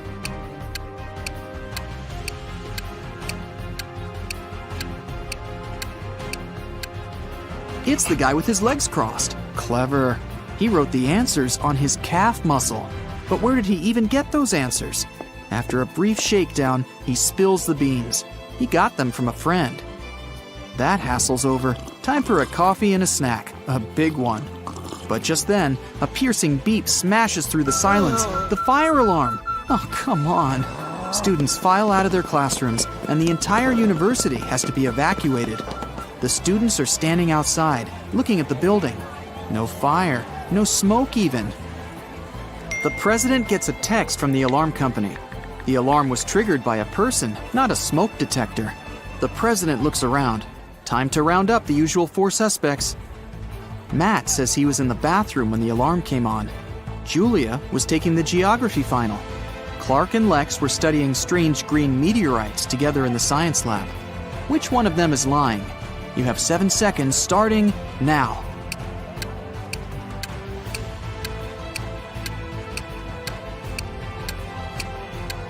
It was Julia. The geography teacher postponed the final, remember? Why would she lie unless she had something to hide? Today's not really his day. Someone cut down a tree right in the middle of the quad. The caretaker saw 4 students hanging out under the tree this morning, and now it's gone. Time to interview the suspects. Emily says she's been in the library all day. Loads of people saw her. Sam claims he was in the cafeteria having some soup. Lewis was in the physics final. And Michael says he's been hitting the weights all day, trying to get buff for the beach. Who cut down the tree? Your 7 seconds starts now.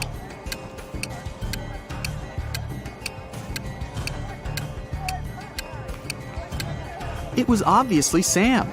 He said he was having some soup, but remember, if he had really been in the cafeteria, he would have mentioned the whole sugar thing. Plus, the president was in there and didn't see him. He's lying.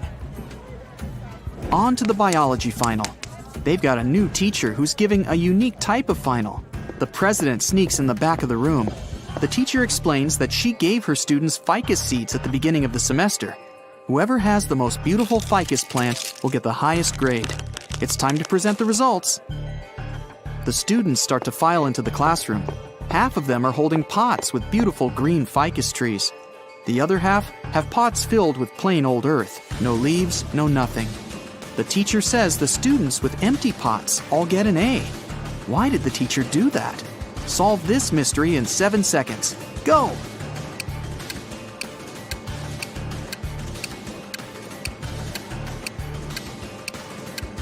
At the beginning of the semester, she gave everyone fake ficus seeds. The students who showed up with full-blooming plants must have bought a full-grown plant and stuck it in the pot. Ha! Busted! Last final of the day, philosophy. The young teacher is in there, waiting for all the students to take their seats. After that, he puts a bust of an ancient Greek philosopher on the table. The teacher says, "Write a short essay on the following topic: why this bust doesn't exist." The student with the most convincing argument gets an A, while everyone else gets a C. Huh, tough teacher. After an hour, the students hand in their papers.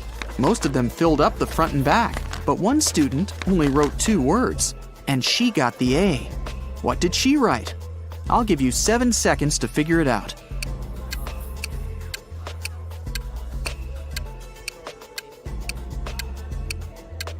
she wrote, "What bust?" The president heads outside again, this time for the parking lot. What? Someone took the tire right off of his car. How's he gonna get home? He still has a spare tire in his trunk, but the thieves took the bolts too. All 4 of them. What can he do? You have 7 seconds to come up with a plan.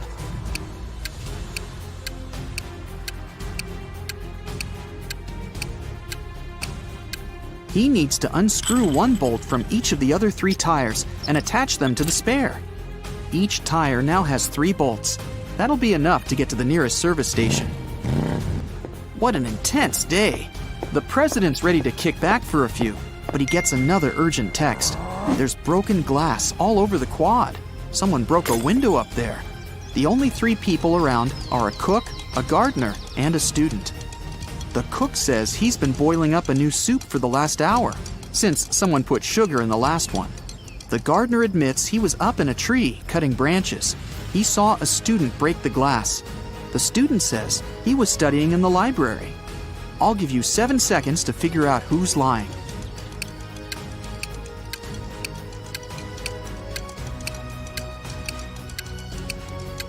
The gardener's lying. How could he have been up in the tree? It had already been stolen. He broke the glass, probably just by accident.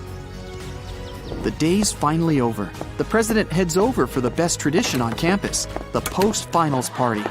It's in the basketball arena. There are lights, decorations, and even a DJ. Everyone's dressed up, looking relieved. Finals are over. The party goes all night, but around 4 a.m., someone accidentally slams the doors too hard, and it triggers the automatic locks. Everyone's trapped. The president can be the hero of the party. He just needs to find a way out, grab the spare keys from his office, and open the door from the outside. But how? One of the students, Eric, says he knows how to get out of the gym through a vent. The president looks at him, and his face goes red with anger. Why? Last riddle, 7 seconds. You can do it.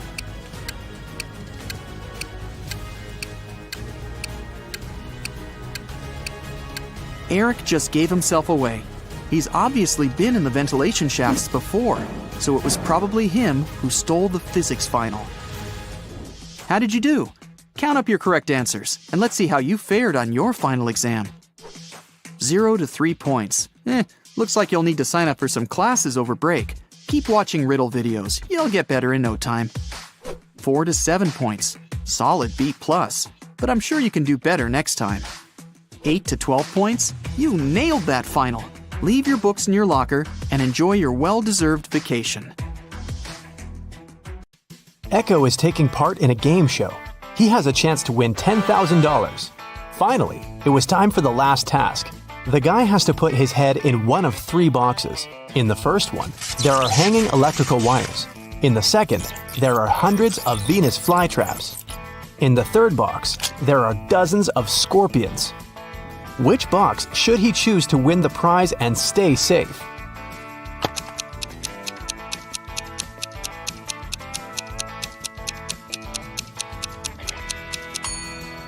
He should choose the second box. Venus flytraps don't harm people.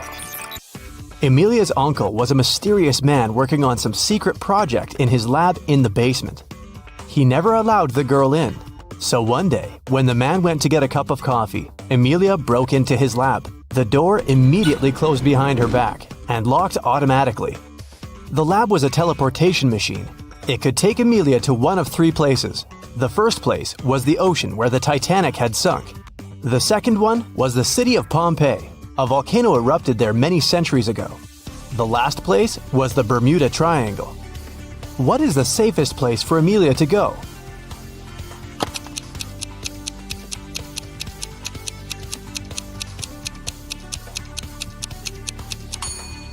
I'd pick Pompeii. Going to the Titanic or the Bermuda Triangle would take her to the middle of the ocean. And the volcano in Pompeii erupted centuries ago. Now it's safe to be there.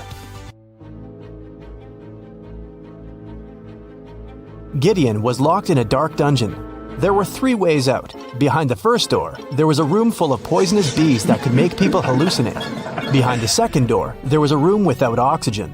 Behind the third door, there was a room full of unfriendly aliens. Which way should he choose?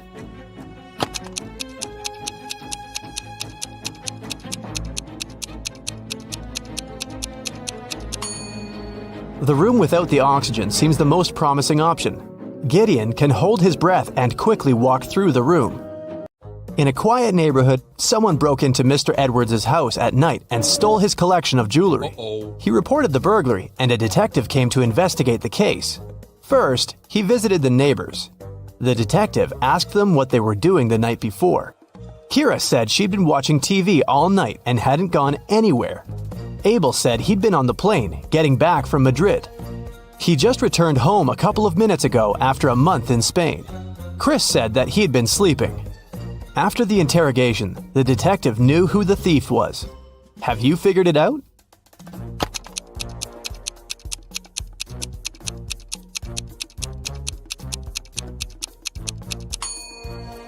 This was Abel. He said he'd just come back home, but look at his kitchen table. There are fresh fruits lying there. If he had been absent for a month, they would have gone rotten by now. It was a cold and rainy day. Detective Callum was in his office when he got a call from a hotel's cleaning man. He said he'd found an unconscious woman in one of the rooms. Detective Callum arrived immediately. By that time, the woman, whose name was Anna, had already come to her senses. The detective asked if there was someone in the city who could help her. Anna said she had a sister, but the woman didn't know anything about her arrival because Anna wanted to surprise her. The detective called Anna's sister and said, "Your sister arrived at the city, but someone attacked her. Please come as soon as possible." As soon as the woman arrived, she was arrested. Why?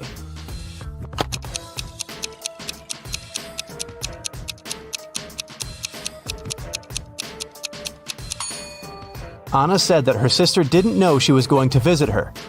Detective Callum didn't specify where exactly the sister should come, but she still managed to find them. For some reason, she knew where the place was. Autumn is an archaeologist exploring an ancient cave. After a month down there, she found a hidden place with 3 chests. One of them had gold in it. But if the woman picked the wrong chest, she'd get locked in the cave forever. The note on the first chest said, "The gold isn't in chest 2. The second note said, "The gold is in chest 1 or 3. And the last one said, "The gold isn't here." Which chest should she open?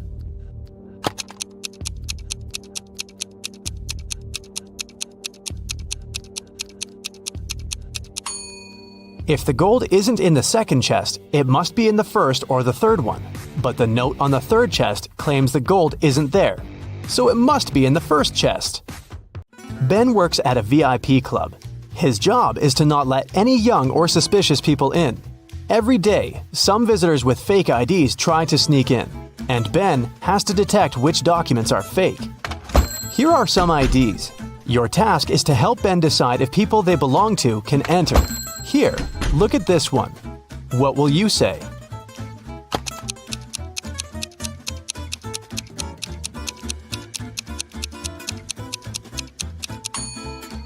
It seems like she was born on the 28th of the 13th month. This ID doesn't look real. Great, another one for you. Should Ben let this guy in?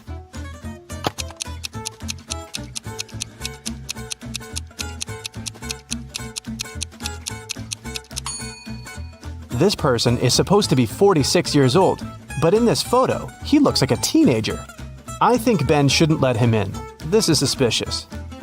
What can you say this time? In or out?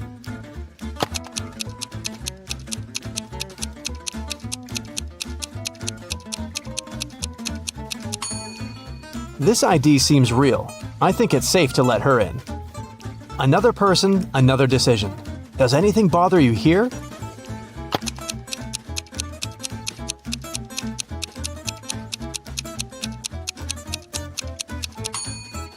Nope, he seems fine to me. One more to go. Should Ben let her in?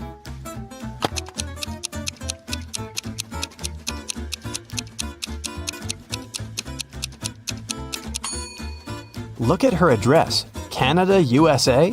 This is weird. I bet it's a fake ID. So I'd say, nope. Mason went to visit his grandma, who lived in a different part of his neighborhood. While he was in her house, his bike got stolen. Mason called the police. He said that he'd seen the bike had been taken by Mr. Jones. It was the neighbor the guy had always been arguing with. Mason and a detective came to visit Mr. Jones. The police officer asked if the man had stolen the bike. Mr. Jones denied doing it, saying he'd just finished painting his fence. The detective believed him. Why?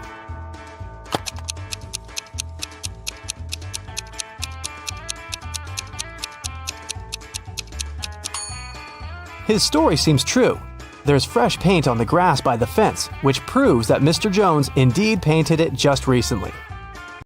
When Quinn returned home after walking her dog, she found out someone had stolen her favorite bracelet from her room. Oh no! Her sister, Belle, also liked it. So Quinn went to find her and asked if she had taken the accessory. The girl ran into Belle as she was leaving the bathroom. Belle denied taking the bracelet, saying that she'd been in the shower this whole time. She didn't even have time to enter her sister's room. Quinn sneaked a peek into the bathroom and realized Belle was lying about taking a shower. How did she understand it?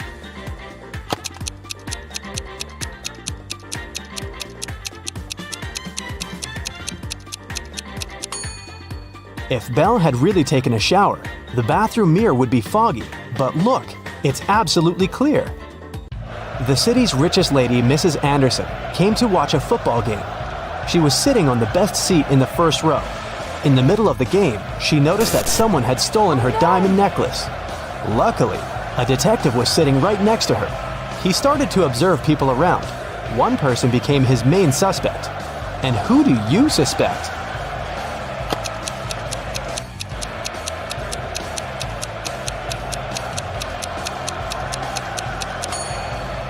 Look, there's a guy dressed as a football player with a number 7 on his back.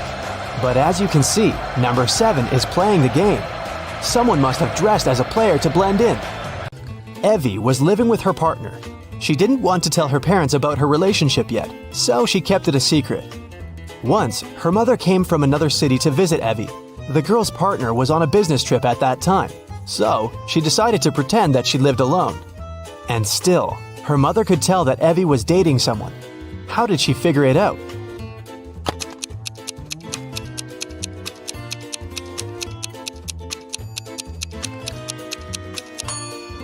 There are 2 toothbrushes in the bathroom. One of them is likely to belong to someone else. Alice and Dakota work in the city's animal shelter on the weekends. Alice walks the dog and Dakota feeds the cats. Who does something wrong?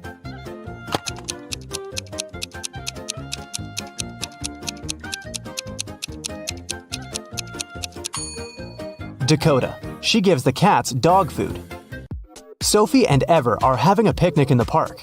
Sophie is talking to her brother on the phone, and Ever is eating berries from a bush. Who is not smart?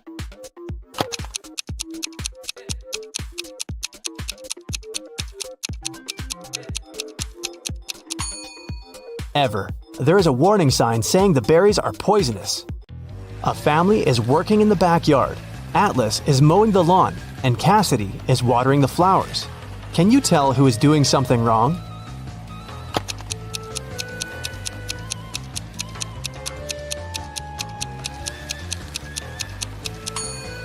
Atlas. It seems that his lawnmower doesn't work properly because the grass doesn't get cut. Tatum woke up in a hospital. 2 men came to visit her. Both of them claim to be her doctor. Can you tell who the real doctor is?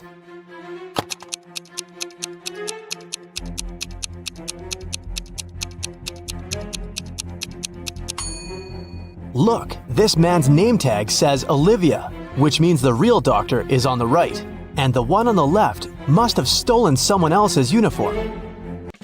2 students, Elsa and Isla, are spending the afternoon in the park.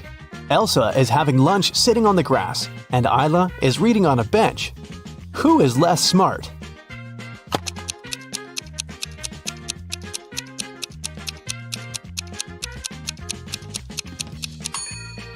Isla. The bench has a sign, wet paint. Mrs. Evans came to a cafe to have lunch and saw her daughter Scarlett sitting at one of the tables. She came up to her and asked the girl why she wasn't at school. Scarlett said that her last class had finished a bit earlier and that she came here just a couple of minutes ago to get an iced coffee. She promised to be gone in 5 minutes. Still, her mother didn't believe her and grounded Scarlett for missing school. Why?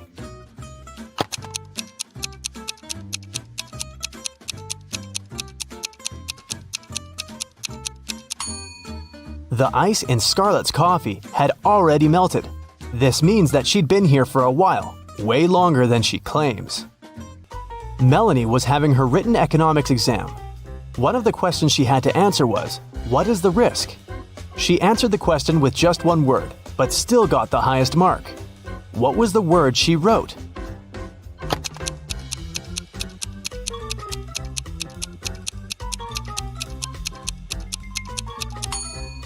She must have written the word "this." Oliver was attacked in his flat and taken to the hospital. There are 4 suspects, all of them Oliver's neighbors. Wow, I'd find another apartment. Amelia said she'd been walking in the park since early morning. Henry explained he had been painting in his studio and had heard nothing. Jacob said he had been repairing his car. Sophia answered she'd been taking a bath for the past 3 hours. Look at these people's hands and try to figure out who's lying.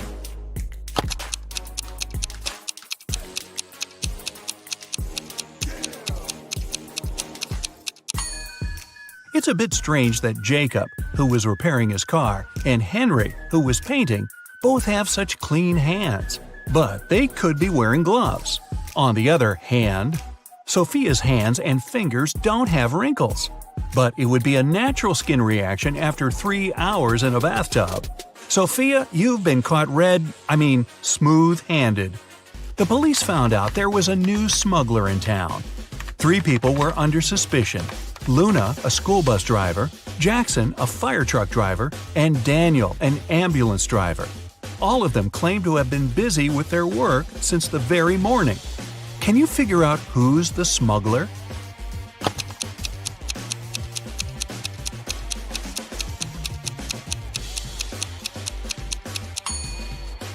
Look at the car Daniel drives.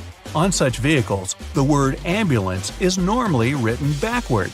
It's done so that other drivers can instantly read the inverted word in their rearview mirrors. Well, it seems Daniel has given himself away. It was the day when Jacob was supposed to be discharged from the hospital. He had spent a couple of months there and underwent several surgeries. His doctor told him he was going to be fine. It was safe for Jacob to leave the hospital. But the guy didn't believe these promises. In low spirits, he walked home. On the way, he accidentally bumps into an elderly lady. She gets furious and started to shout at Jacob. But instead of arguing back, he hugged the woman and ran home. Why?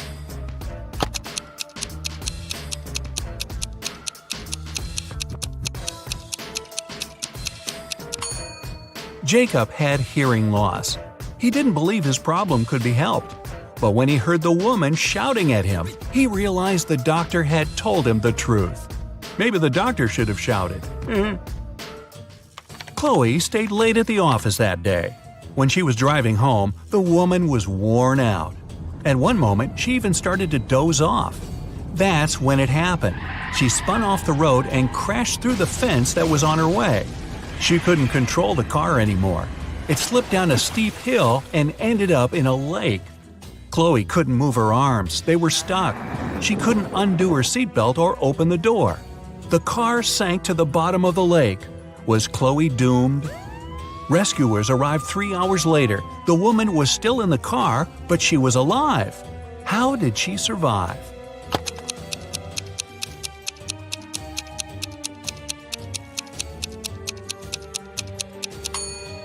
After the car hit the bottom of the lake, the water only came up to Chloe's throat. It was a very shallow lake. Good thing, huh? It was Jack's birthday, and the fellow got a present he had been dreaming about for ages – a motorbike. The next morning, he rode his bike to college and left it at the parking lot. During lunchtime, Jack decided to check on his motorbike. Imagine his horror when he found out someone had broken the mirrors. The security guard told Jack only 3 other people had left his building in the afternoon. They were Owen and Sam, 2 best friends, and Layla, the girl who once liked Jack but got turned down by him. Owen said he and Sam had gone to the campus cafe to get sandwiches for lunch. Sam confirmed this. He then added the bike could have been damaged by Layla out of revenge.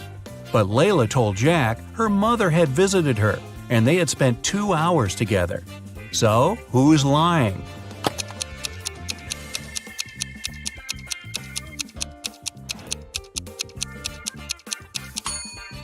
Owen has a paper bag with food delivery written on it.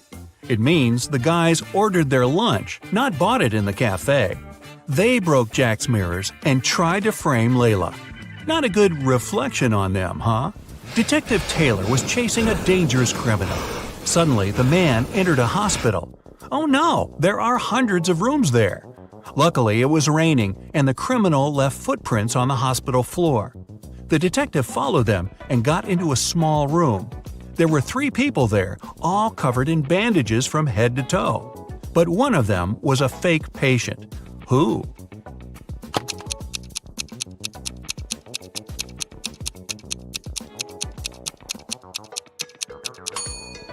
It was the dude in the middle. He didn't even have a medical chart next to his bed. Very quick job on the bandages, though. The CEO of a large company called the police. He was sure that one of his employees, Victoria, had stolen a memory card with secret information. She was going to sell it to their competitors. The police arrived at Victoria's house, but the woman didn't let them in without a warrant. The officers had to leave to get all the necessary papers. By the time they were back, Victoria had already been sitting in her car, ready to drive off. The police officers arrested the woman. They searched her car and clothes, but found nothing. And then, when they were about to give up, one of the detectives realized where Victoria kept the memory card. Can you figure it out?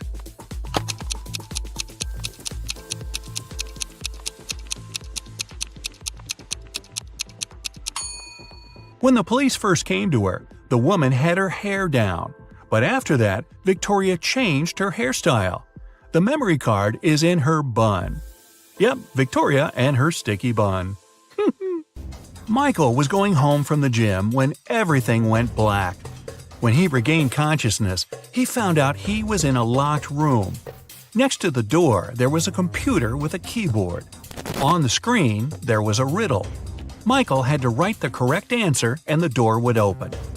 The riddle went like this. It makes 2 people out of 1. What is it? Michael typed the needed word and the door opened. He was free to go. What was the answer?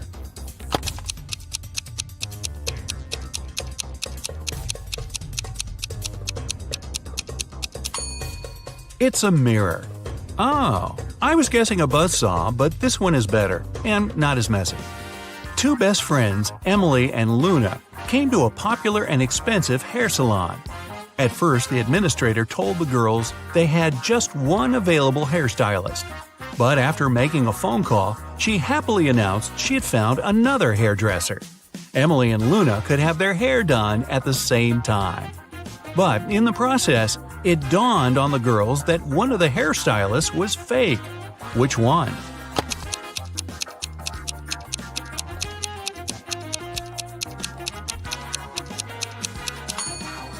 Both hairstylists are using regular scissors, but instead of hairspray, the one on the left is holding a can of bug spray. Yeah, that's a big clue right there. A man on a bike grabbed Sarah's bag with all her documents, money, and smartphone and sped off. The only way the girl can get her bag back is by taking someone's car and driving after the criminal. There are 3 vehicles parked nearby. Which one can Sarah break into and drive off? Borrow.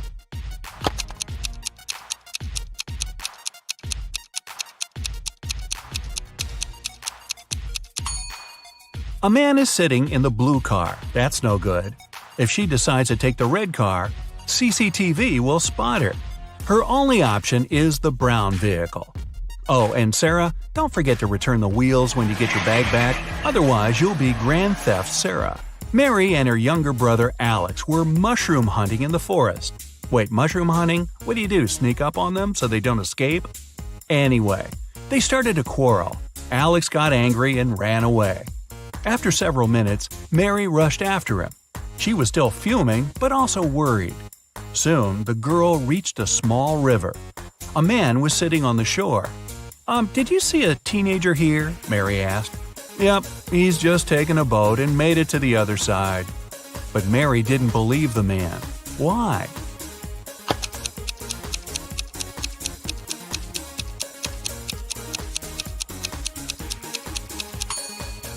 The boat is indeed on the other side, but the paddles are lying next to the man. How could the boy cross the river without them? So, where's Alex? Kidnapped by the escape mushrooms? We may never know. Ella came to a party that took place in her best friend's house. It was a riddle party. All the guests had to crack mysteries and participate in different challenges. Ella's task was to get out of a locked room in the basement. The girl was blindfolded, taken downstairs, and left alone. After pulling the piece of cloth off her eyes, Ella noticed the door had a code lock. She also spotted a sheet of paper lying on the floor next to the door. There were 4 flowers drawn there. Ella looked at them for a while and entered the correct code. The door opened and the girl joined the party. So, what was the code?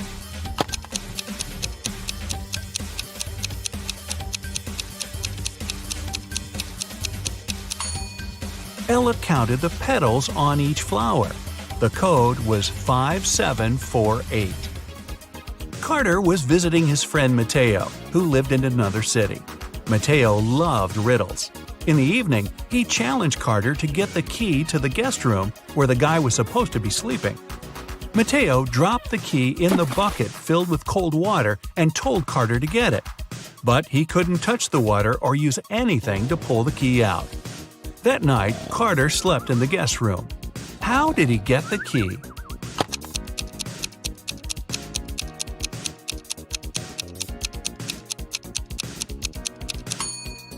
He put the bucket over a fire. The water started to boil and soon evaporated. After that, Carter picked the key up. Mateo was steamed. Nora was an insurance agent. Once, her client called her early in the morning. The woman was in tears. At night, someone had broken into her house. By the time the woman had enough courage to go downstairs, the thief had already taken all the valuables. When she looked out of the window, the man was running away. "Do you remember what he looked like?" Nora asked. The client answered, "It was still dark outside. I understood it was a man, tall and thin. He had dark hair and was wearing a V-neck t-shirt." Nora immediately realized her client had staged the burglary. How did she figure it out?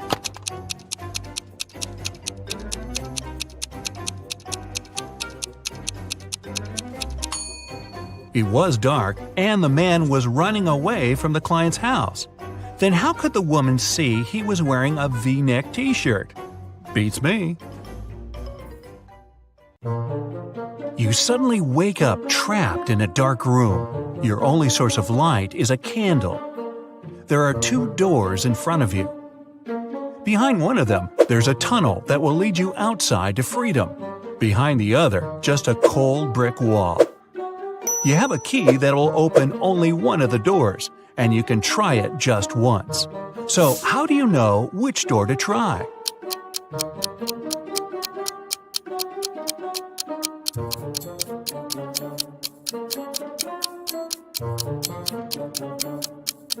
Hold the candle up to each keyhole. The flame will move near the door that leads outside.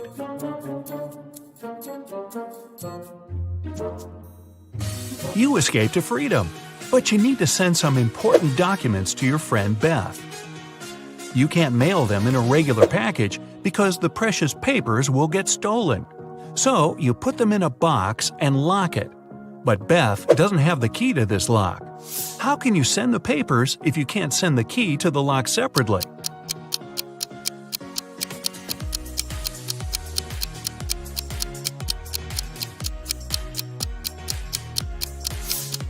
First, send the lock box to Beth.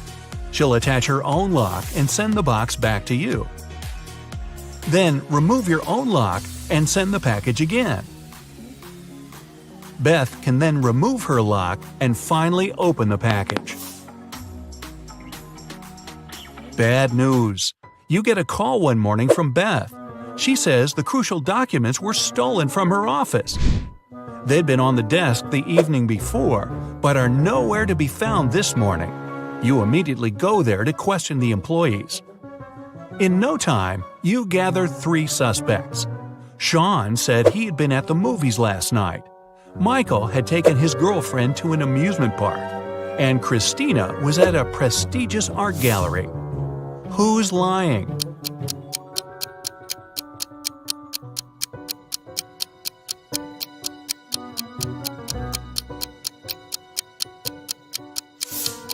Sean. His movie ticket isn't torn. Having been caught red-handed, Sean makes a break for it. He hops in his car and drives away. Law enforcement are on the lookout. Sean sees a police car right ahead of him and starts driving toward it. Why would he do that?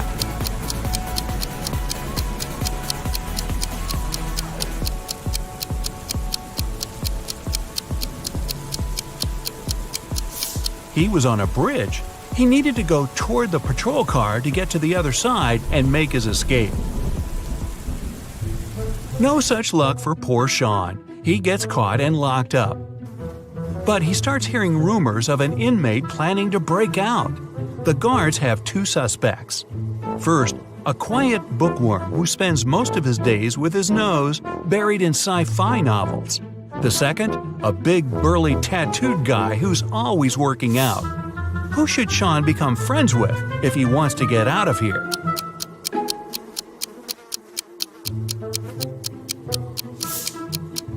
The bookworm. Look closer, and you'll see his bookmark is actually a file. On Friday afternoon, the owner of that same prestigious art gallery discovered that 4 of the most famous artists' self-portraits had been stolen during an exhibition. The police show up to do an investigation, and now they have 3 suspects. Sarah, the artist, said she disappeared into one of the studios to paint.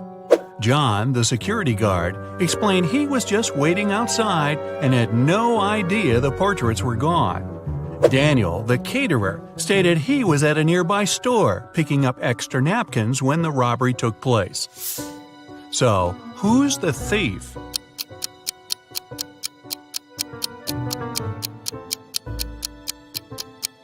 It's the security guard. He couldn't have known the stolen paintings were portraits if he was standing outside. As fate would have it, there was another incident that night. Michael, who never really liked what passed for art in modern times, rushed into the gallery and caused millions of dollars worth of damage to several paintings. Yet the gallery's owner thanked him for his actions. How come?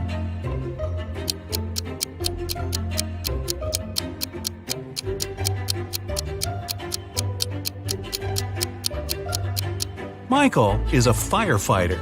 The water from his hose damaged several masterpieces, but he still managed to extinguish the fire and save many more works.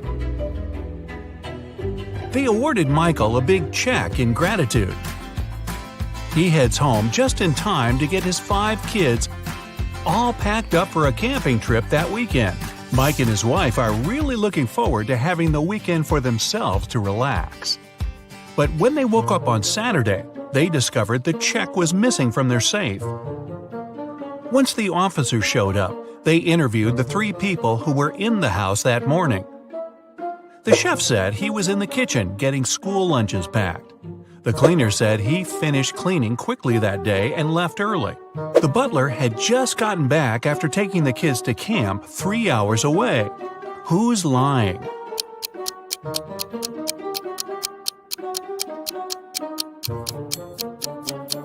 It's the chef. It's Saturday, so there's no school, and the kids have gone camping. Meanwhile, on the other side of town, a scientist is working on something bizarre. He invites Kevin and Claire as blind test subjects for his new serum invention. He gives them each a glass of ice-cold lemonade. Kevin drinks his fast, but Claire apprehensively waits to see the side effects on him first.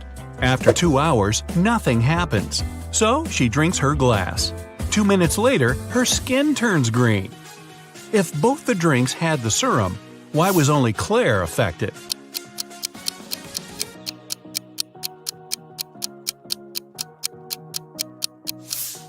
The serum was in the ice. Since Kevin drank his fast, none of it got in the lemonade. Claire runs out of the lab in horror. She gets in her car and speeds off. As she's driving down a long, empty road, one of her tires pops off. Good thing she has a spare in the trunk. But here's the problem. She now has no lug nuts to put the spare on with. So what should Claire do?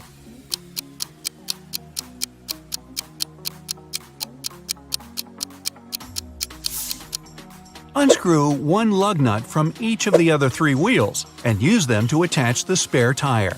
It'll be enough to get to the nearest garage safely. As Claire is putting on her spare tire, the scientist catches up to her. He hands her 4 pills and tells her it's a complex cure to the green face serum. 2 of the pills are an antidote, and the other 2 are a catalyst that activates it. Claire must take 1 of each type together. If she takes 2 of the same, her face will stay green forever. Just as the scientist is handing her the pills, he trips and they get all mixed up. They look identical. What should Claire do?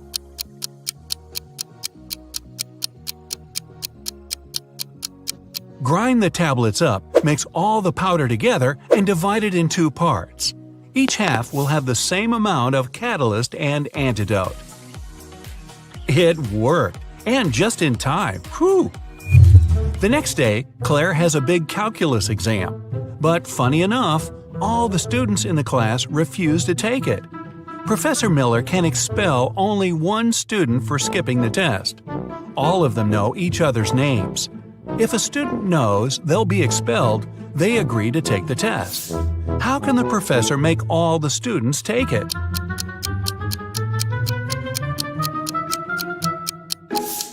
She should tell them she'll expel the student whose name comes first alphabetically. Then this person won't skip the test. The next person on the list won't skip either, and so on until the end of the list. The next day, class isn't any easier. Professor Miller grabs her cup of coffee, takes a sip, goes to set it down, and what's this? It's stuck to her hand. Somebody put glue on the cup, and she's got 3 suspects. Look carefully to find out which student is playing tricks on the professor.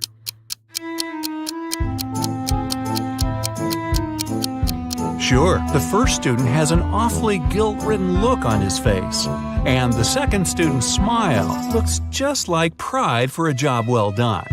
But look closer at the third student's pocket. Yep, it's the tip of a glue bottle.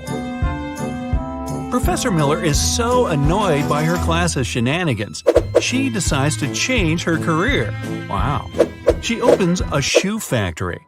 She's so successful that she builds a second one in another city. But despite her success, the problems don't end. Her employees keep secretly taking shoes from the plant. What can she do to resolve the issue?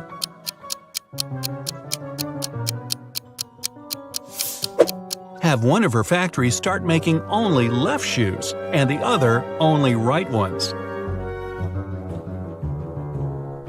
One of those shoe swipers is driving a semi-truck full of shoes to sell for a profit. He comes to a tunnel and there's a major problem. His truck is just an inch too tall. But he can still drive through the tunnel. How? Let some of the air out of the tires. It'll lower the truck just enough. When the shoe swiper gets through the tunnel, he comes to a fork in the road. One goes to the town, the other to never-ending wilderness. There are guides standing at each. The catch? One always tells the truth, the other always lies. The driver doesn't know who's who, and he's only allowed one question. What should he ask to find out which road goes to town?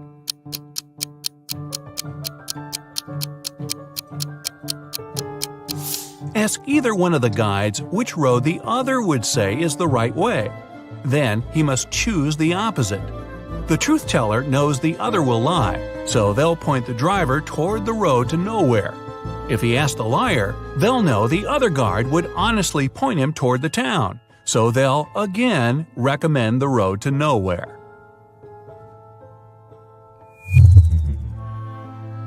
The shoe thief takes the road to town, but he has another puzzle to answer before he's allowed to enter. The guard at the gate asks him one simple question. What's the logic in the order of the following words? Fun, blue, bee, more, and dive.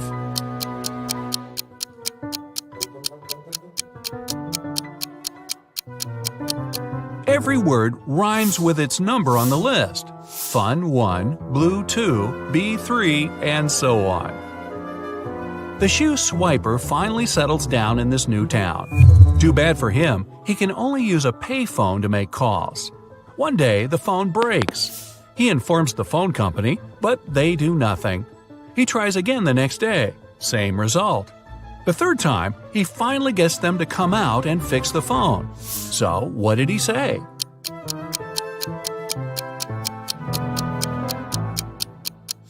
He claimed that people were making calls without paying. Sheila participates in a beauty pageant. The next catwalk will take place in 30 minutes. Sheila leaves her stuff in the dressing room and goes outside to talk on the phone. After that, she returns and sees that someone has torn her costume. Sheila gets furious and questions her rivals. Millie says, "I was getting my makeup done, so I sat in my chair motionless, and I couldn't look around." Chelsea says, "I was in a toilet. I think I ate something wrong for lunch." And Isabella says, "I was outside the dressing room filming stories for my subscribers." Who is lying?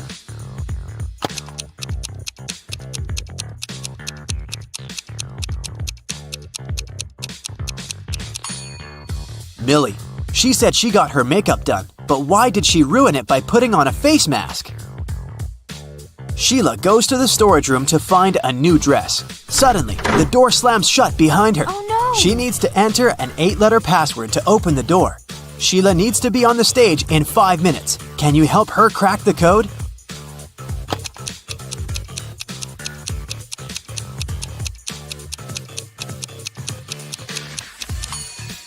This picture on the wall is a hint. Sheila needs to enter paradise. Sheila opens the door and meets face to face with creepy rats. She runs away and gets lost in the basement. Sheila finds these 3 doors leading to the stage, but each door is hiding some danger. There are broken wires and a puddle of water on the floor behind the first door. There's a scorpion behind the second door waiting to bite Sheila. And there's a magical portal leading to the top of a mountain behind the third door. Can you help Sheila make the right choice?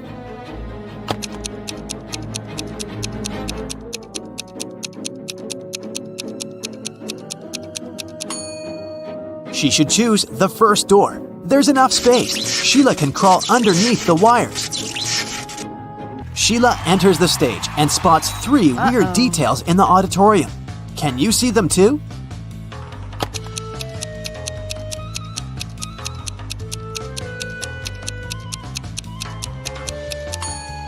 Take a closer look at this lady. She's holding a book upside down. This musician is playing the violin without any strings. Also, there's a panda among the viewers.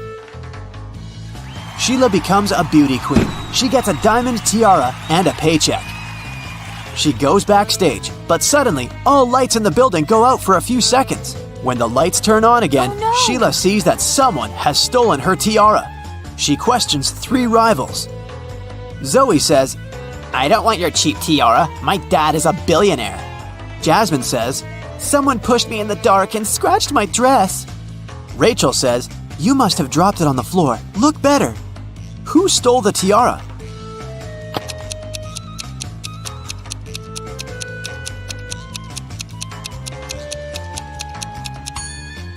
Zoe. It's hidden under her diamond necklace. The next day, Sheila wakes up in a creepy castle. A wicked witch turned her into a monkey. To break the black magic, Sheila needs to use a spell. But the spell book is locked in a box.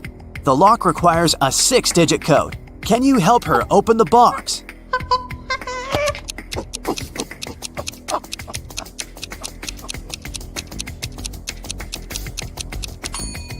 There are exactly 6 candles on the shelf above the box. It's a hint. Each candle has a particular number of dots, so the code is 24361. There are 4 big houses in Sheila's neighborhood. All 4 are standing in one row, and they have different colors: red, green, white, and blue. Mrs. Jones's house is somewhere to the left of the green house. The 3rd house in the row is white. Mrs. Snake owns a red house, and Mrs. Crystal doesn't live at either end of the row, but she lives somewhere to the right of the blue house. Meanwhile, Mrs. Dillon lives in the 4th house. And the 1st house isn't red. Can you decide who lives where and what the color of each person's house is?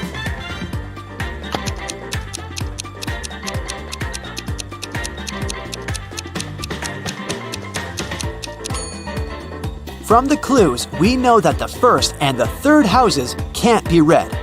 Mrs. Dillon lives in the 4th house. Therefore, Mrs. Snake, who owns the red house, can only live in the 2nd. Since Mrs. Crystal doesn't live at either end, she must live in the 3rd house, which is white. Mrs. Jones's house is somewhere to the left of the greenhouse, which means that Mrs. Dillon lives in the 4th house. As for Mrs. Jones, she lives in the 1st house, and it's blue. Can you spot a fake teacher?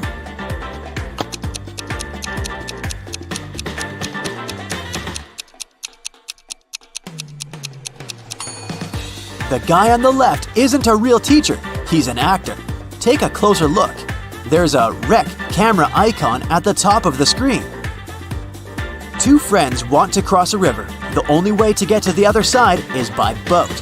But this boat can only take 1 person at a time.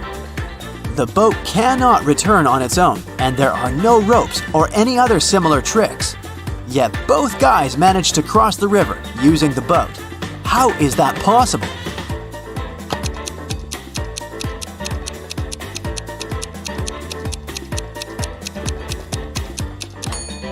The guys started on the opposite banks of the river. Josh and Bob are twins. Josh lives with his wife, and Bob lives alone. Can you guess which one is Josh?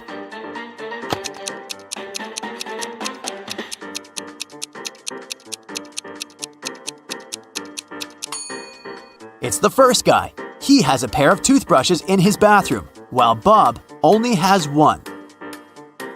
A time traveler is attending this party. Can you spot this person?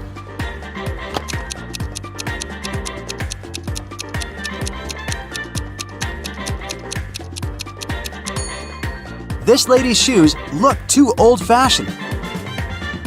Chuck enters a spooky building where he's supposed to have a job interview. Suddenly, someone locks the door, and now Chuck is trapped. He wanders around for a while and sees these 4 doors. He also finds a note. Only door 3 is leading to the job interview. The remaining doors will take you to the black hole. Good luck. Can you help Chuck choose the right door?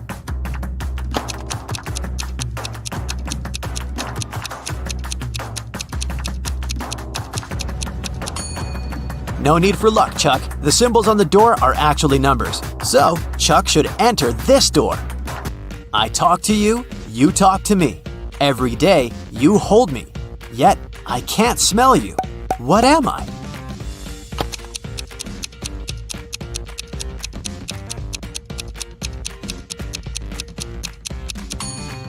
I'm your mobile phone. A gentleman and a lady are talking. The person with black hair says, "I'm a gentleman." The person with blonde hair says, "I'm a lady." At least one of them lied. Can you guess the hair color of each person?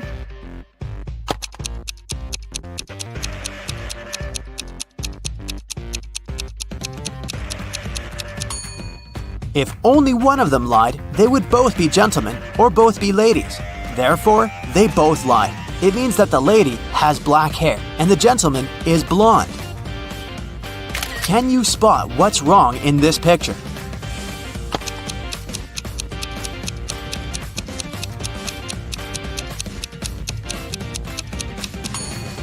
There's no milk in the jug. Can you see anything odd in this picture?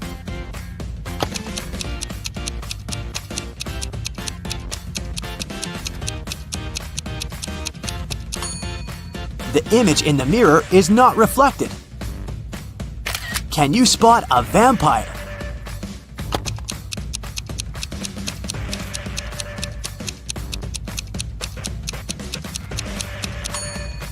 This guy over here. Fiona is a young witch. She finds these 4 portals in a haunted castle.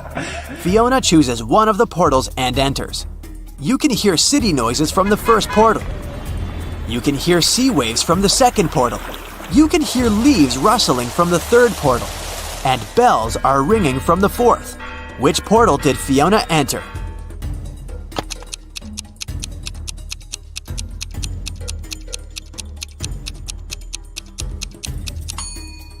Fiona's dirty footprints on the floor are leading to the third portal. Don't mind the different sounds, this could just be a magic trick.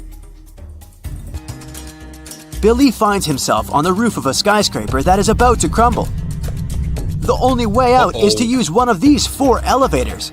There's a werewolf hiding behind the first elevator. If Billy chooses the second elevator, he'll fall hundreds of feet. Super venomous snakes are crawling all over the third elevator.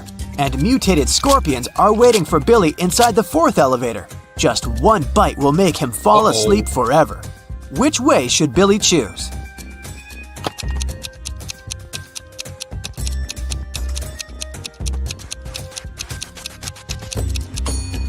The first one.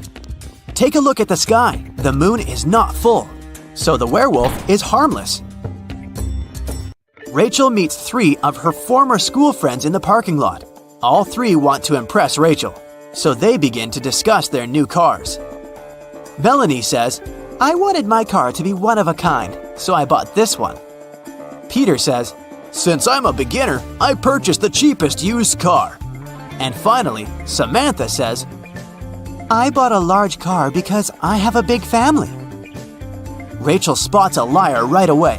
What about you?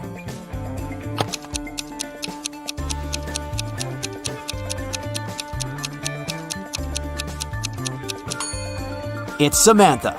Her car key doesn't match the logo on the car. Luna and her dog Leo vlog about their trips in a van. Their bags are packed and they're ready for a new adventure. Can you spot anything odd in this picture?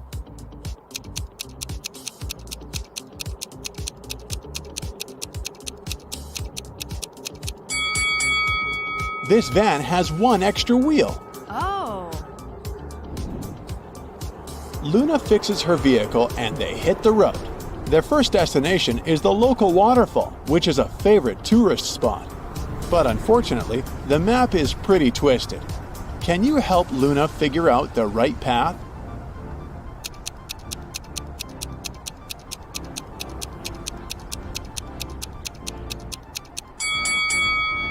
They should go this way. Luna and Leo arrive at the waterfall and go swimming. Can you spot anything weird here?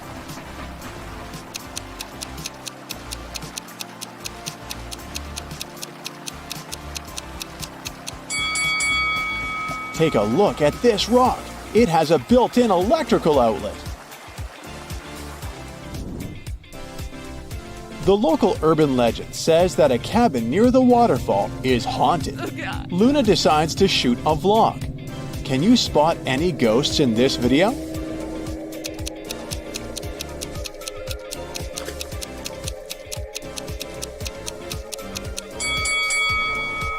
The apple is moving on its own. Spooky! What about the basement? Can you find any ghosts?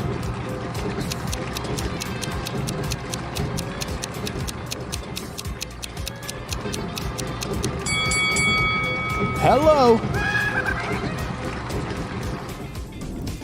Luna sets up camp and puts a foil-wrapped pizza on the fire to warm it up. She leaves the camp for a moment to use the bathroom. Then she returns and finds out that the pizza is missing. Oh my God. Luna interrogates 3 tourists nearby. Claire says, "I didn't touch your pizza, lady. I'm cheese intolerant." Mike says, "I caught a lot of fish today, so I don't need to steal food." And Vivian says, I didn't approach your camp, but I saw some suspicious guys sneaking around your fire. Who's lying?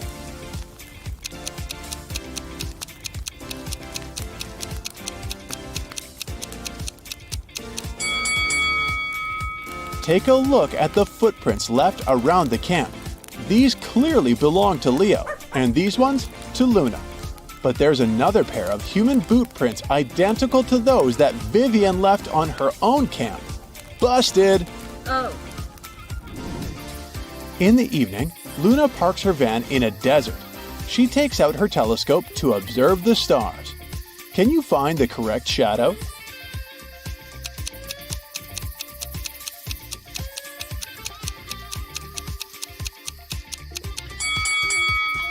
Only the third shadow matches this telescope perfectly. Yes! The next morning, Luna goes for a walk. Oh no! She accidentally tore her backpack. She needs to buy a new one. Luna goes to the nearest town on the way and stops at the local shopping district. Luna is here for the first time, so she doesn't know which store to choose. The first building says, "The best backpacks in the country." The sign on the second building says, "The best backpacks on the continent." And the third building is advertising the best backpacks in the universe. Then, Luna spots a small store at the end of the street. She chooses it without hesitation. What's written on this building? Any ideas?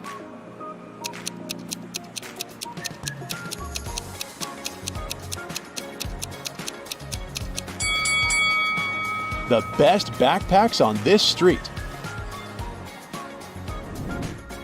After shopping, Luna parks her van on a beach.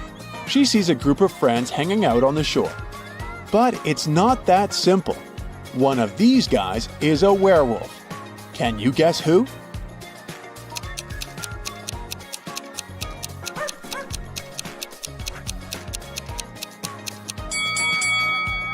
Take a look at this dog. Wearing glasses and reading a book is very suspicious behavior for a regular dog, isn't it? That's because it's a transformed werewolf. Suddenly, the wind carries away Luna's hat. She runs after it and faces a strange old guy. He says, "I'll give you back your hat if you manage to find its shadow." Can you help Luna?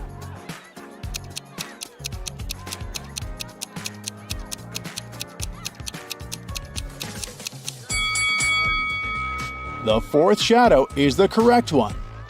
Yes! Luna and Leo go to the beach cafe. Luna takes a look at the customers and spots a married person right away. Oh. What about you?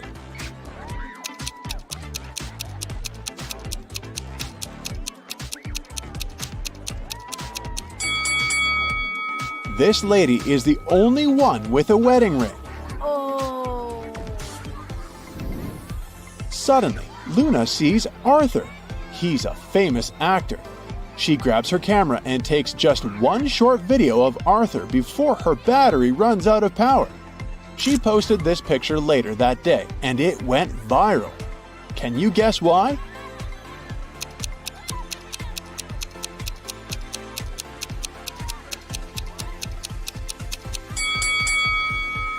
Arthur is sneaking a golden bracelet from the arm of the local waitress. This picture is so exclusive because it shows a celebrity committing a crime. Oh no! Our next stop is the yoga festival. Luna puts on an entrance bracelet in the lobby and enters the space. After a while, she meets these three people. Hello. Each claims to be a yoga teacher. Only one of them is telling the truth. Can you spot the imposters?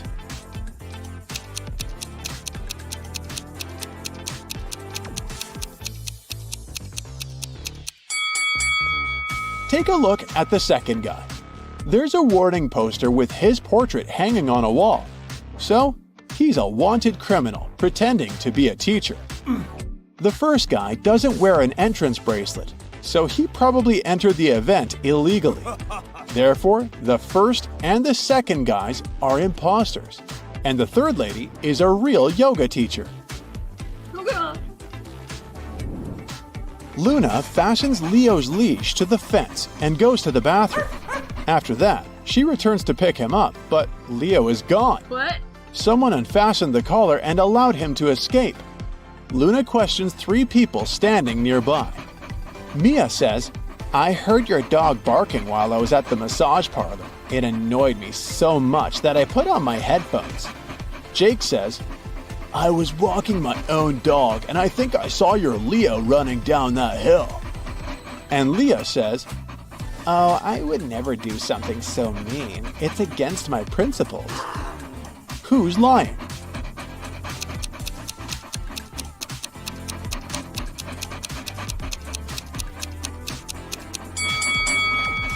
Take a look at Jake's dog. It's wearing a collar with Leo's name on it. It's very unlikely that his dog has the same name and is wearing the exact same collar. Jake stole Leo's collar and put it on his own dog. That's why Leo had the opportunity to escape. Oh no! Luna is running across the field looking for Leo. Can you help her?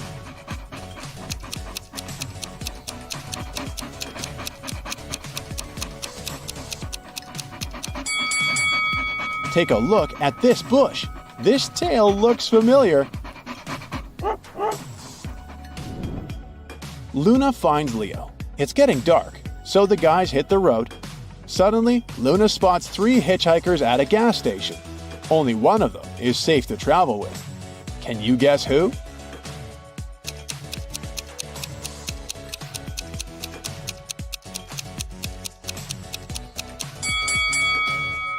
The first lady looks pretty innocent, but take a closer look.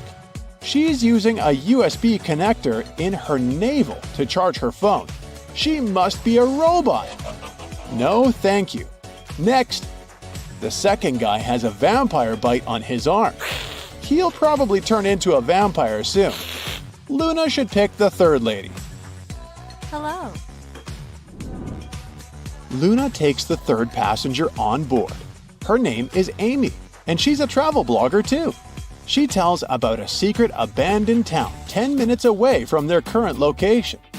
They decide to go investigate this spot together. Can you find anything odd in this area?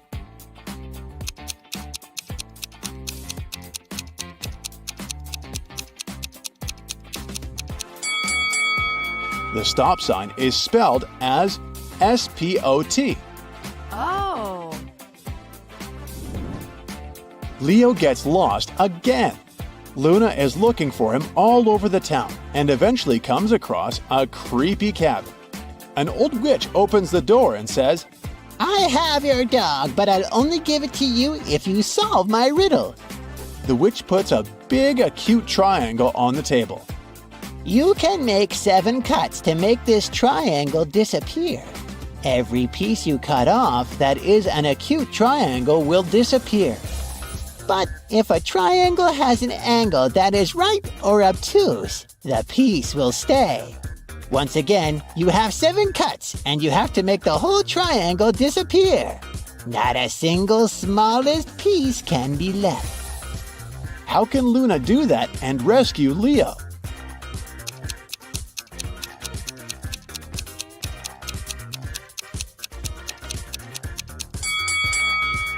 Whenever you make a cut, it will either produce 2 right angles of an acute and obtuse angle. Luna seems to be doomed, but then she looks at the pizza the witch hasn't finished. When you cut it into more than 4 pieces, all angles are acute. Although we're dealing with a triangle, the principle is the same.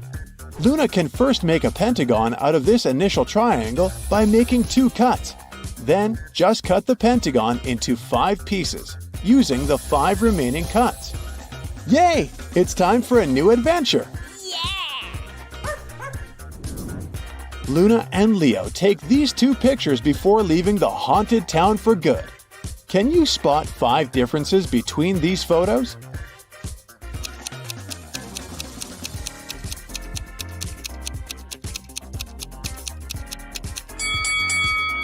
Here they are. Luna's brother Luke is working on the other side of the world in New Zealand. Luna misses him very much, so she asked him to take a selfie and immediately send it to her. Luke sends this picture. Luna begins to suspect that he's hiding something from her. Why?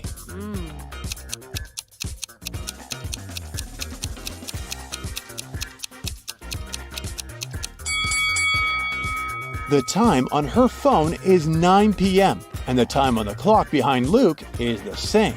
It's impossible. They're in different time zones, remember? Dana is a swimming champion, preparing for her competitions on Monday. 24 hours before the big day, she disappears. Nobody can find her, and the police suspect 3 other swimmers. Hannah says she hasn't spoken to Dana since their last practice. Ashley explains that she invited Dana for lunch on Saturday, but the missing swimmer refused because she was getting her hair done for the competition. And Melanie says that she spoke to Dana the night before. Dana told her she was feeling anxious before the race. One of the swimmers is lying. Who is it?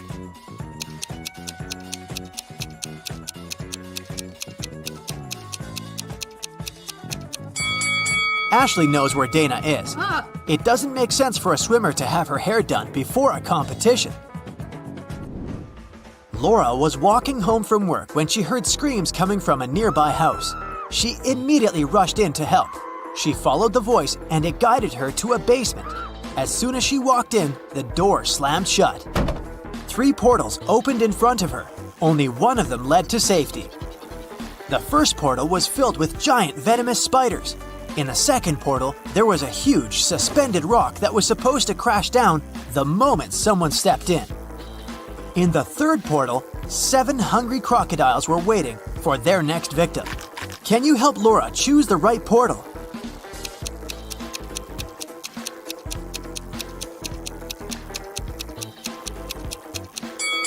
Laura should pick the second portal. She can throw her shoes inside, wait for the giant stone to fall to the ground, and make her way around it. Daniel is a sailor on a large cruise ship. One day, the captain asked him to go to the hold and get some supplies. But as the man was walking down the ladder, it broke. Try as he might, he couldn't get out. Sometime later, he discovered there was a hole in the side of the ship. More and more water was getting inside through this hole. How can Daniel get out?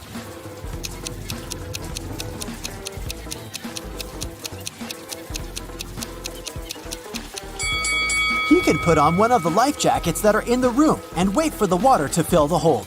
This water will lift him and he'll be able to push the door open. Look at this man and 3 women attentively. Can you figure out which one of them is his real wife?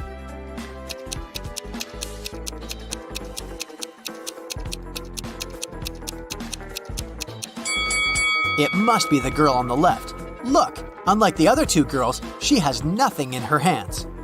At the same time, the man is holding a purse, which, if we're honest, doesn't match his style at all. Ben and his girlfriend Amelie went to explore a cave and got lost. After some time, they came across 2 people, a guy and a young woman. The man, bearded and rough-looking, had a shovel in his hands. I've been stuck here for a week. I know how to get to the surface, but I need your help. Come with me. The young woman exclaimed, "Don't trust him. He's a criminal." Oh no. "Follow me. I've been stuck here for way longer than him, but I think I know where the exit is." Who should Ben and Amelie believe?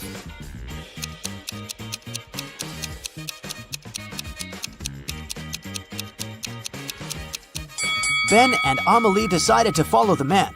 If the girl had been in the cave for so long, why did she look so tidy and have fresh flowers in her hair? Look at this image. Can you figure out who came from the past?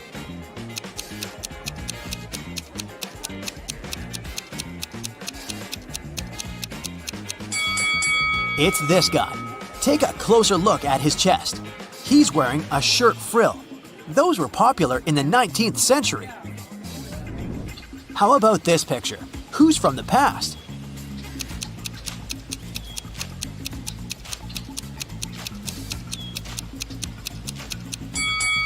I bet it's this young girl. Look at her weird hat. And now, will you be able to spot the time traveler?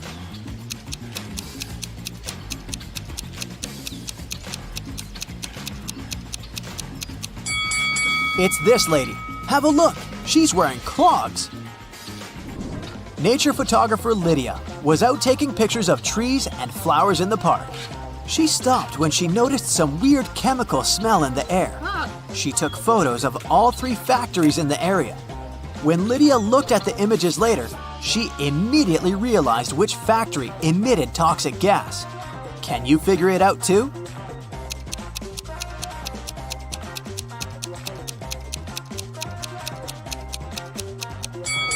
It's not the first factory.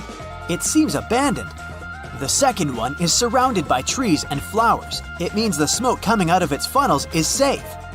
It's the third factory that's the toxic one. The trees around it look dry and unhealthy, and the flowers have turned black. At the airport, a furious traveler claimed that the contents of his baggage had disappeared. When I got my suitcase, it was empty. I want compensation. After checking the passenger's info, an airport worker found out that he had indeed left London with a heavy suitcase. And now his bag was empty and a bit wet. But don't you think the whole situation is a bit suspicious? Can you figure out what probably happened here?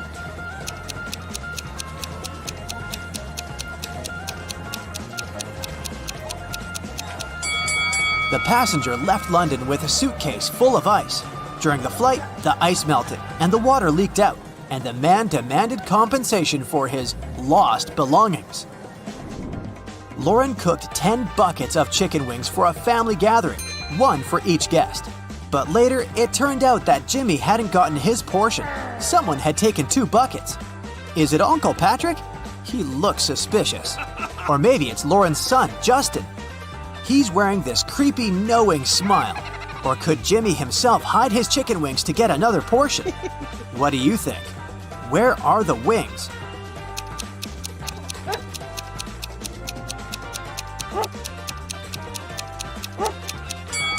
Look at the dog. It wouldn't leave Uncle Patrick's side. It can smell the meat the man has hidden. Damien was at work when he found out he'd won the lottery jackpot. He told his accountant he wanted to give half of this money to his best friend Logan. But random people started showing up in the office calling themselves Logan to deceive the accountant and get the money. Can you figure out who the real best friend is?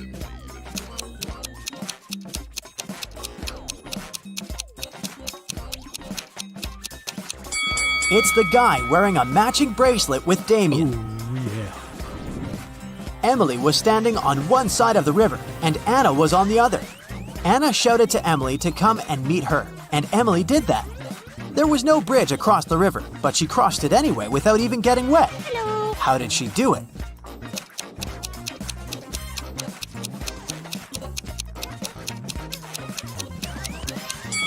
The river was frozen. 3 people were stopped at the security check in an international airport. They were suspected of smuggling different stuff out of the country. The first man was heading to a beach resort. In his suitcase, there was a lot of stuff you could use at the seaside. An umbrella, a pair of sunglasses, sunscreen, and a beach towel. The second man had a cage with 3 colorful birds and a pet carrier with a family of hamsters. He had all the necessary papers. The third man was traveling for business. In his bag, he had a suit, some documents, a toothbrush, toothpaste, and a bottle of expensive shampoo. Who's the smuggler?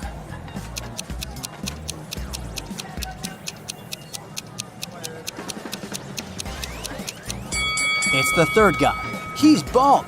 Why would he need this shampoo?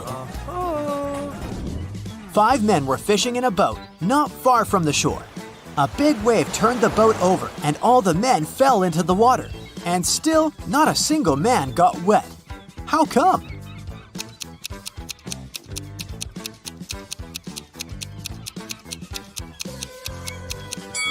All the men were happily married. Stephen was driving to work when he realized he had left a folder with important documents at home. It was about 9 a.m. when he entered his house and saw a man leaving through the back door and running to a red car. Stephen called the police and told them about what had happened. Police officers didn't waste time and went to look for the criminal. After searching for 10 minutes, they spotted a similar-looking car near a cafe. When they entered the place, there was only one customer there. One of the police officers came up to him. "Is it your car? Where were you 20 minutes ago?" The customer answered, "Yeah, the car's mine, but I've been sitting here for more than an hour." The police officer immediately arrested him. Can you figure out why?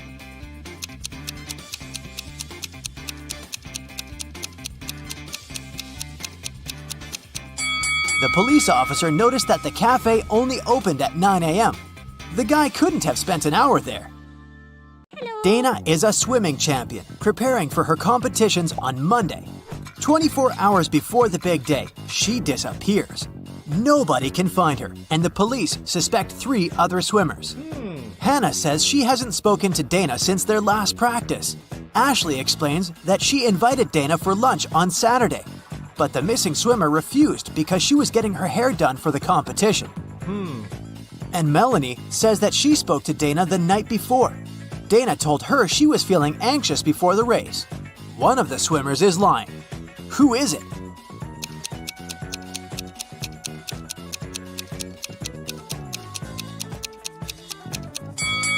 Ashley knows where Dana is. It doesn't make sense for a swimmer to have her hair done before a competition. Laura was walking home from work when she heard screams coming from a nearby house. She immediately rushed in to help. She followed the voice and it guided her to a basement. As soon as she walked in, the door slammed shut. 3 portals opened in front of her. Only one of them led to safety. The first portal was filled with giant venomous spiders. In the second portal, there was a huge suspended rock that was supposed to crash down the moment someone stepped in. In the third portal, 7 hungry crocodiles were waiting for their next victim. Can you help Laura choose the right portal?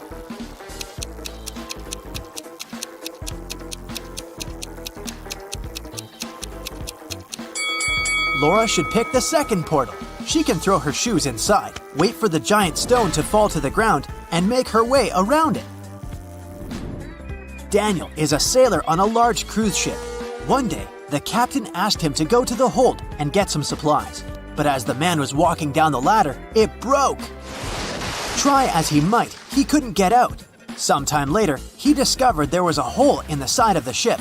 More and more water was getting inside through this hole. How can Daniel get out?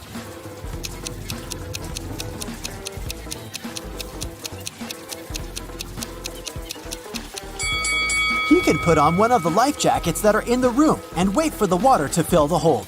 This water will lift him and he'll be able to push the door open. Look at this man and 3 women attentively.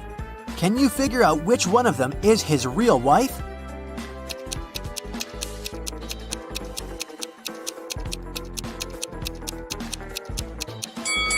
It must be the girl on the left. Look, unlike the other 2 girls, she has nothing in her hands. At the same time, the man is holding a purse, which, if we're honest, doesn't match his style at all. Ben and his girlfriend Amelie went to explore a cave and got lost. After some time, they came across 2 people, a guy and a young woman. The man, bearded and rough-looking, had a shovel in his hands. "I've been stuck here for a week. I know how to get to the surface, but I need your help. Come with me." The young woman exclaimed, "Don't trust him. He's a criminal." Oh no. "Follow me. I've been stuck here for way longer than him, but I think I know where the exit is." Who should Ben and Amelie believe?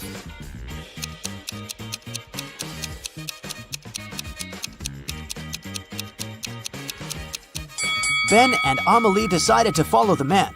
If the girl had been in the cave for so long, why did she look so tidy and have fresh flowers in her hair? Look at this image. Can you figure out who came from the past?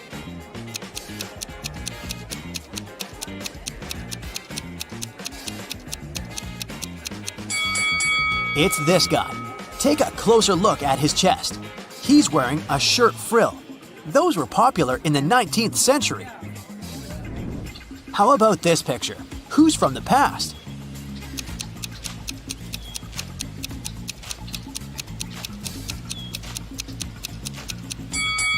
I bet it's this young girl. Look at her weird hat. And now, will you be able to spot the time traveler?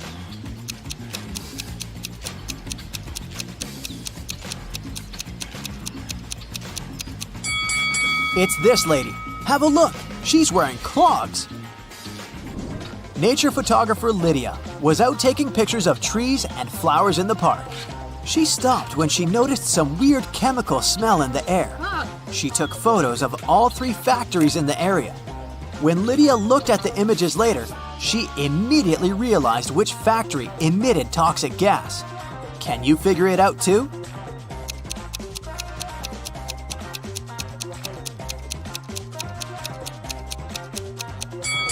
It's not the first factory.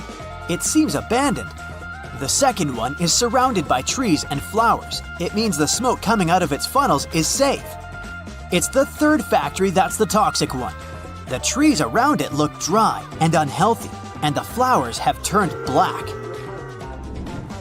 At the airport, a furious traveler claimed that the contents of his baggage had disappeared. When I got my suitcase, it was empty. I want compensation.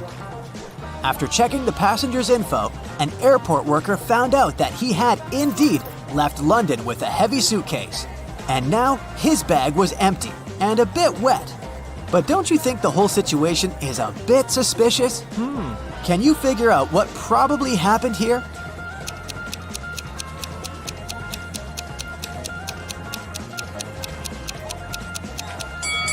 The passenger left London with a suitcase full of ice. During the flight, the ice melted and the water leaked out, and the man demanded compensation for his lost belongings. Lauren cooked 10 buckets of chicken wings for a family gathering, 1 for each guest. But later, it turned out that Jimmy hadn't gotten his portion. Someone had taken 2 buckets. Is it Uncle Patrick? He looks suspicious. Or maybe it's Lauren's son, Justin. He's wearing this creepy, knowing smile. Or could Jimmy himself hide his chicken wings to get another portion? What do you think? Where are the wings?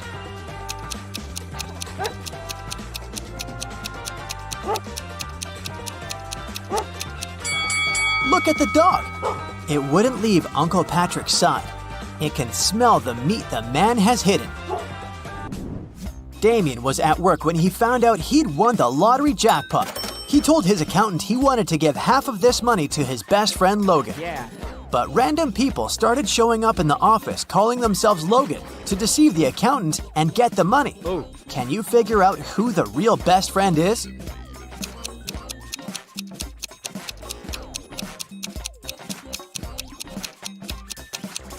It's the guy wearing a matching bracelet with Damien. Emily was standing on one side of the river, and Anna was on the other. Anna shouted to Emily to come and meet her, and Emily did that. There was no bridge across the river, but she crossed it anyway without even getting wet. Hello. How did she do it?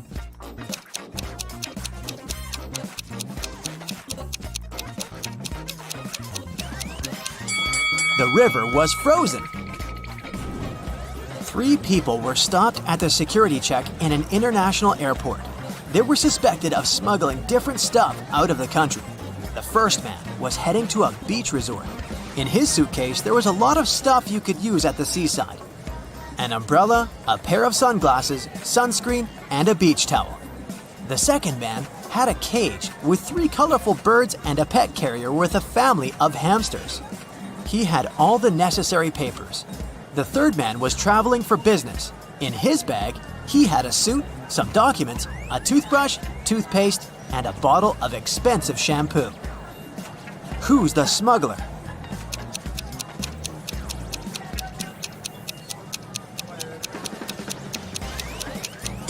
It's the third guy. He's bald. Why would he need this shampoo? 5 men were fishing in a boat not far from the shore. A big wave turned the boat over and all the men fell into the water.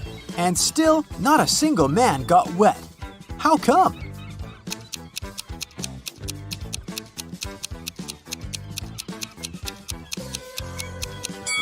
All the men were happily married.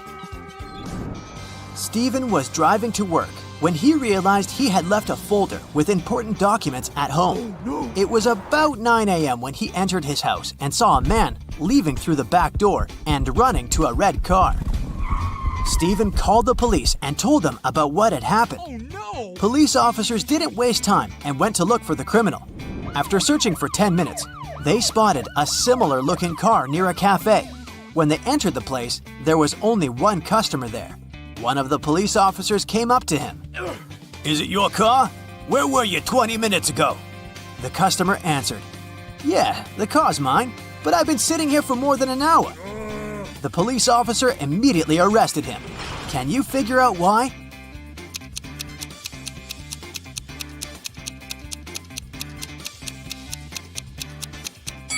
The police officer noticed that the cafe only opened at 9 a.m. The guy couldn't have spent an hour there. Both Harry and Terry's girlfriends went away on a business trip for the weekend. During the whole time, the couples were texting and sending each other pictures. On Sunday morning, the girls asked their boyfriends to send them their selfies. Harry sent a selfie where he was smiling in the kitchen. Terry sent a selfie of himself in the bathroom. One of the girlfriends knew immediately that her boyfriend was cheating. Who was it, and how did the girlfriend know?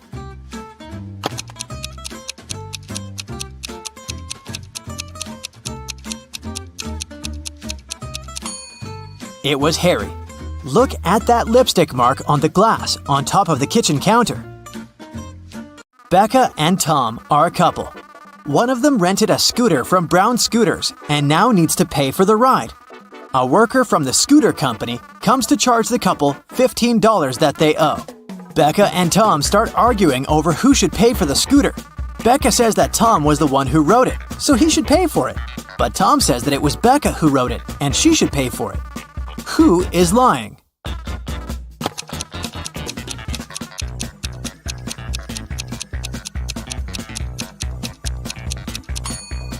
Becca is lying. Take a look at Becca's footprints. They lead directly to the scooter. There were 3 thefts at a local supermarket. One in February, one in May, and one in July. Thankfully, the security camera recorded the footage of those 3 days.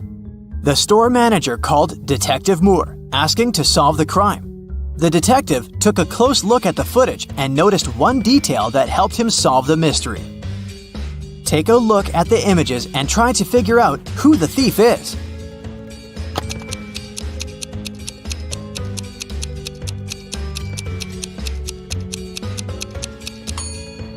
In all 3 videos, there is a pregnant lady. In the video from February, she looks about 7 months pregnant. But in the other videos, from May and July, her belly looks exactly the same. This means that she is the thief. She must have been faking her pregnancy all along.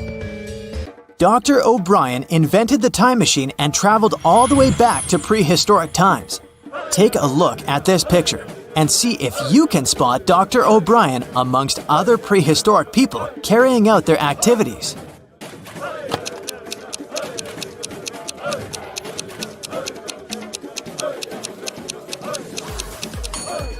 That's easy. It's the guy with the flashlight. He must have taken one with him when he set off on his journey. Katie was running late for class. When she finally arrived at the classroom, she accidentally dropped the pile of textbooks she was holding. It produced a loud thump, making the entire classroom stare at her. At that moment, Katie drew the attention of 20 eyes. How many people were in the classroom that day?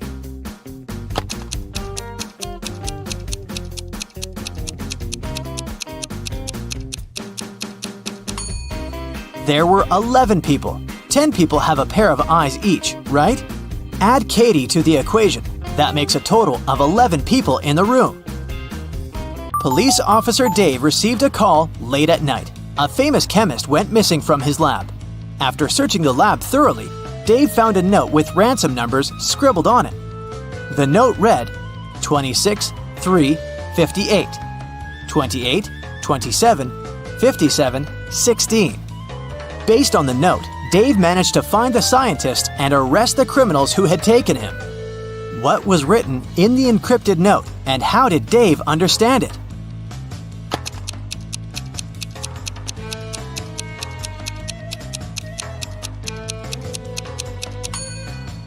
The chemist is smart. Each number in the note corresponds to an element in the periodic table. So the element that corresponds to 26 is Fe, iron. Number 3 is Li, lithium. And 58 is Ce, cerium. If you use this logic, you can figure out that the first line spells Felice, and the numbers in the second line stand for Nicholas. After figuring out the names, Dave tracked the men down and arrested them. Helena finally got herself a new guitar. She wanted to play it right away, but she had to go to school. She locked the instrument inside her room and left.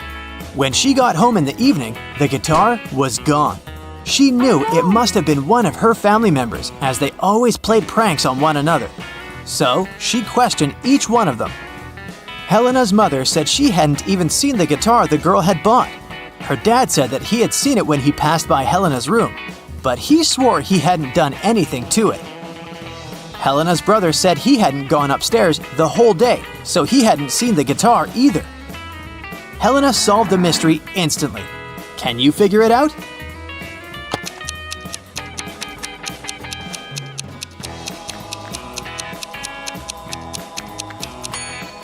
Her dad was lying. He said he'd seen the guitar when passing by the girl's room, but that's impossible. Helena locked the door when she left.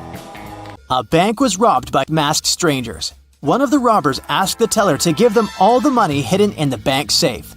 But suddenly, the teller's phone rang. It was his mother. The robber told the guy to pick up the phone to avoid arousing suspicion. On the phone, the teller asked, "Is there an emergency, Mother? Call me when you get home and I'll help you with the dinner." Then he hung up. 5 minutes later, while the robbers were still in the bank, the police arrived at the crime scene. How did the police know about the robbery?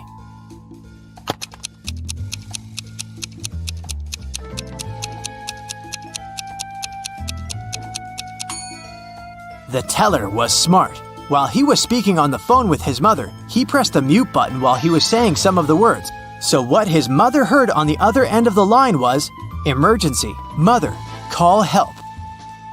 On the outskirts of a town, there was a haunted house. A group of friends decided to check it out.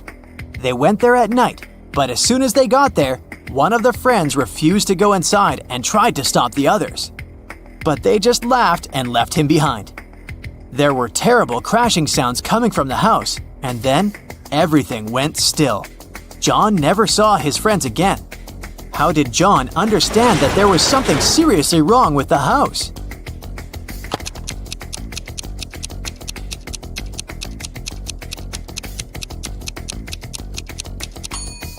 John was very attentive. He noticed that there was lots of footprints leading towards the house, but none going away.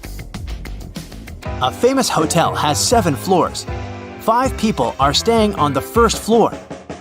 8 people are staying on the second floor. 11 people are staying on the third floor, and so on. Each next floor has 3 more people living there than the previous one. Which floor calls the elevator most often?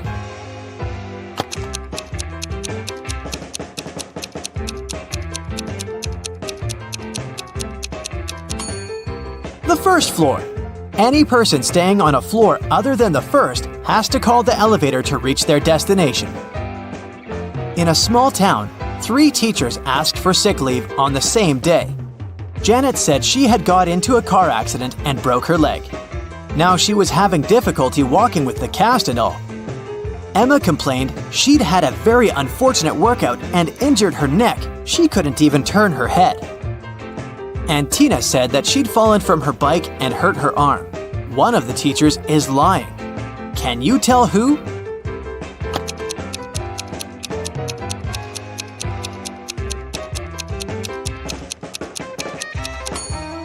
It's Janet. She claims she's having difficulty walking with the cast, but she doesn't even have crutches. You wake up and find yourself trapped in a room with 4 doors in front of you. You hear a monster coming, so you check the door quickly.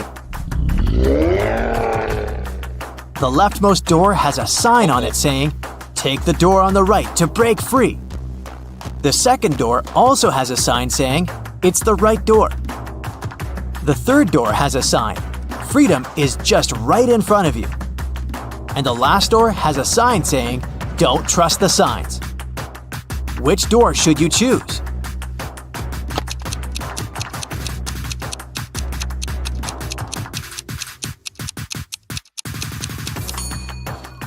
Well, there's a little bit of wordplay here. Let's see why. The first door says to take the door on the right. The second one says it's the right door. Not the correct door, but the door on the right. The third door says, "Freedom is just right in front of you." That just doesn't make any sense, does it? You can interpret this statement as pointing at the door just on your right. Well, that's it. It's the last door. It does tell you not to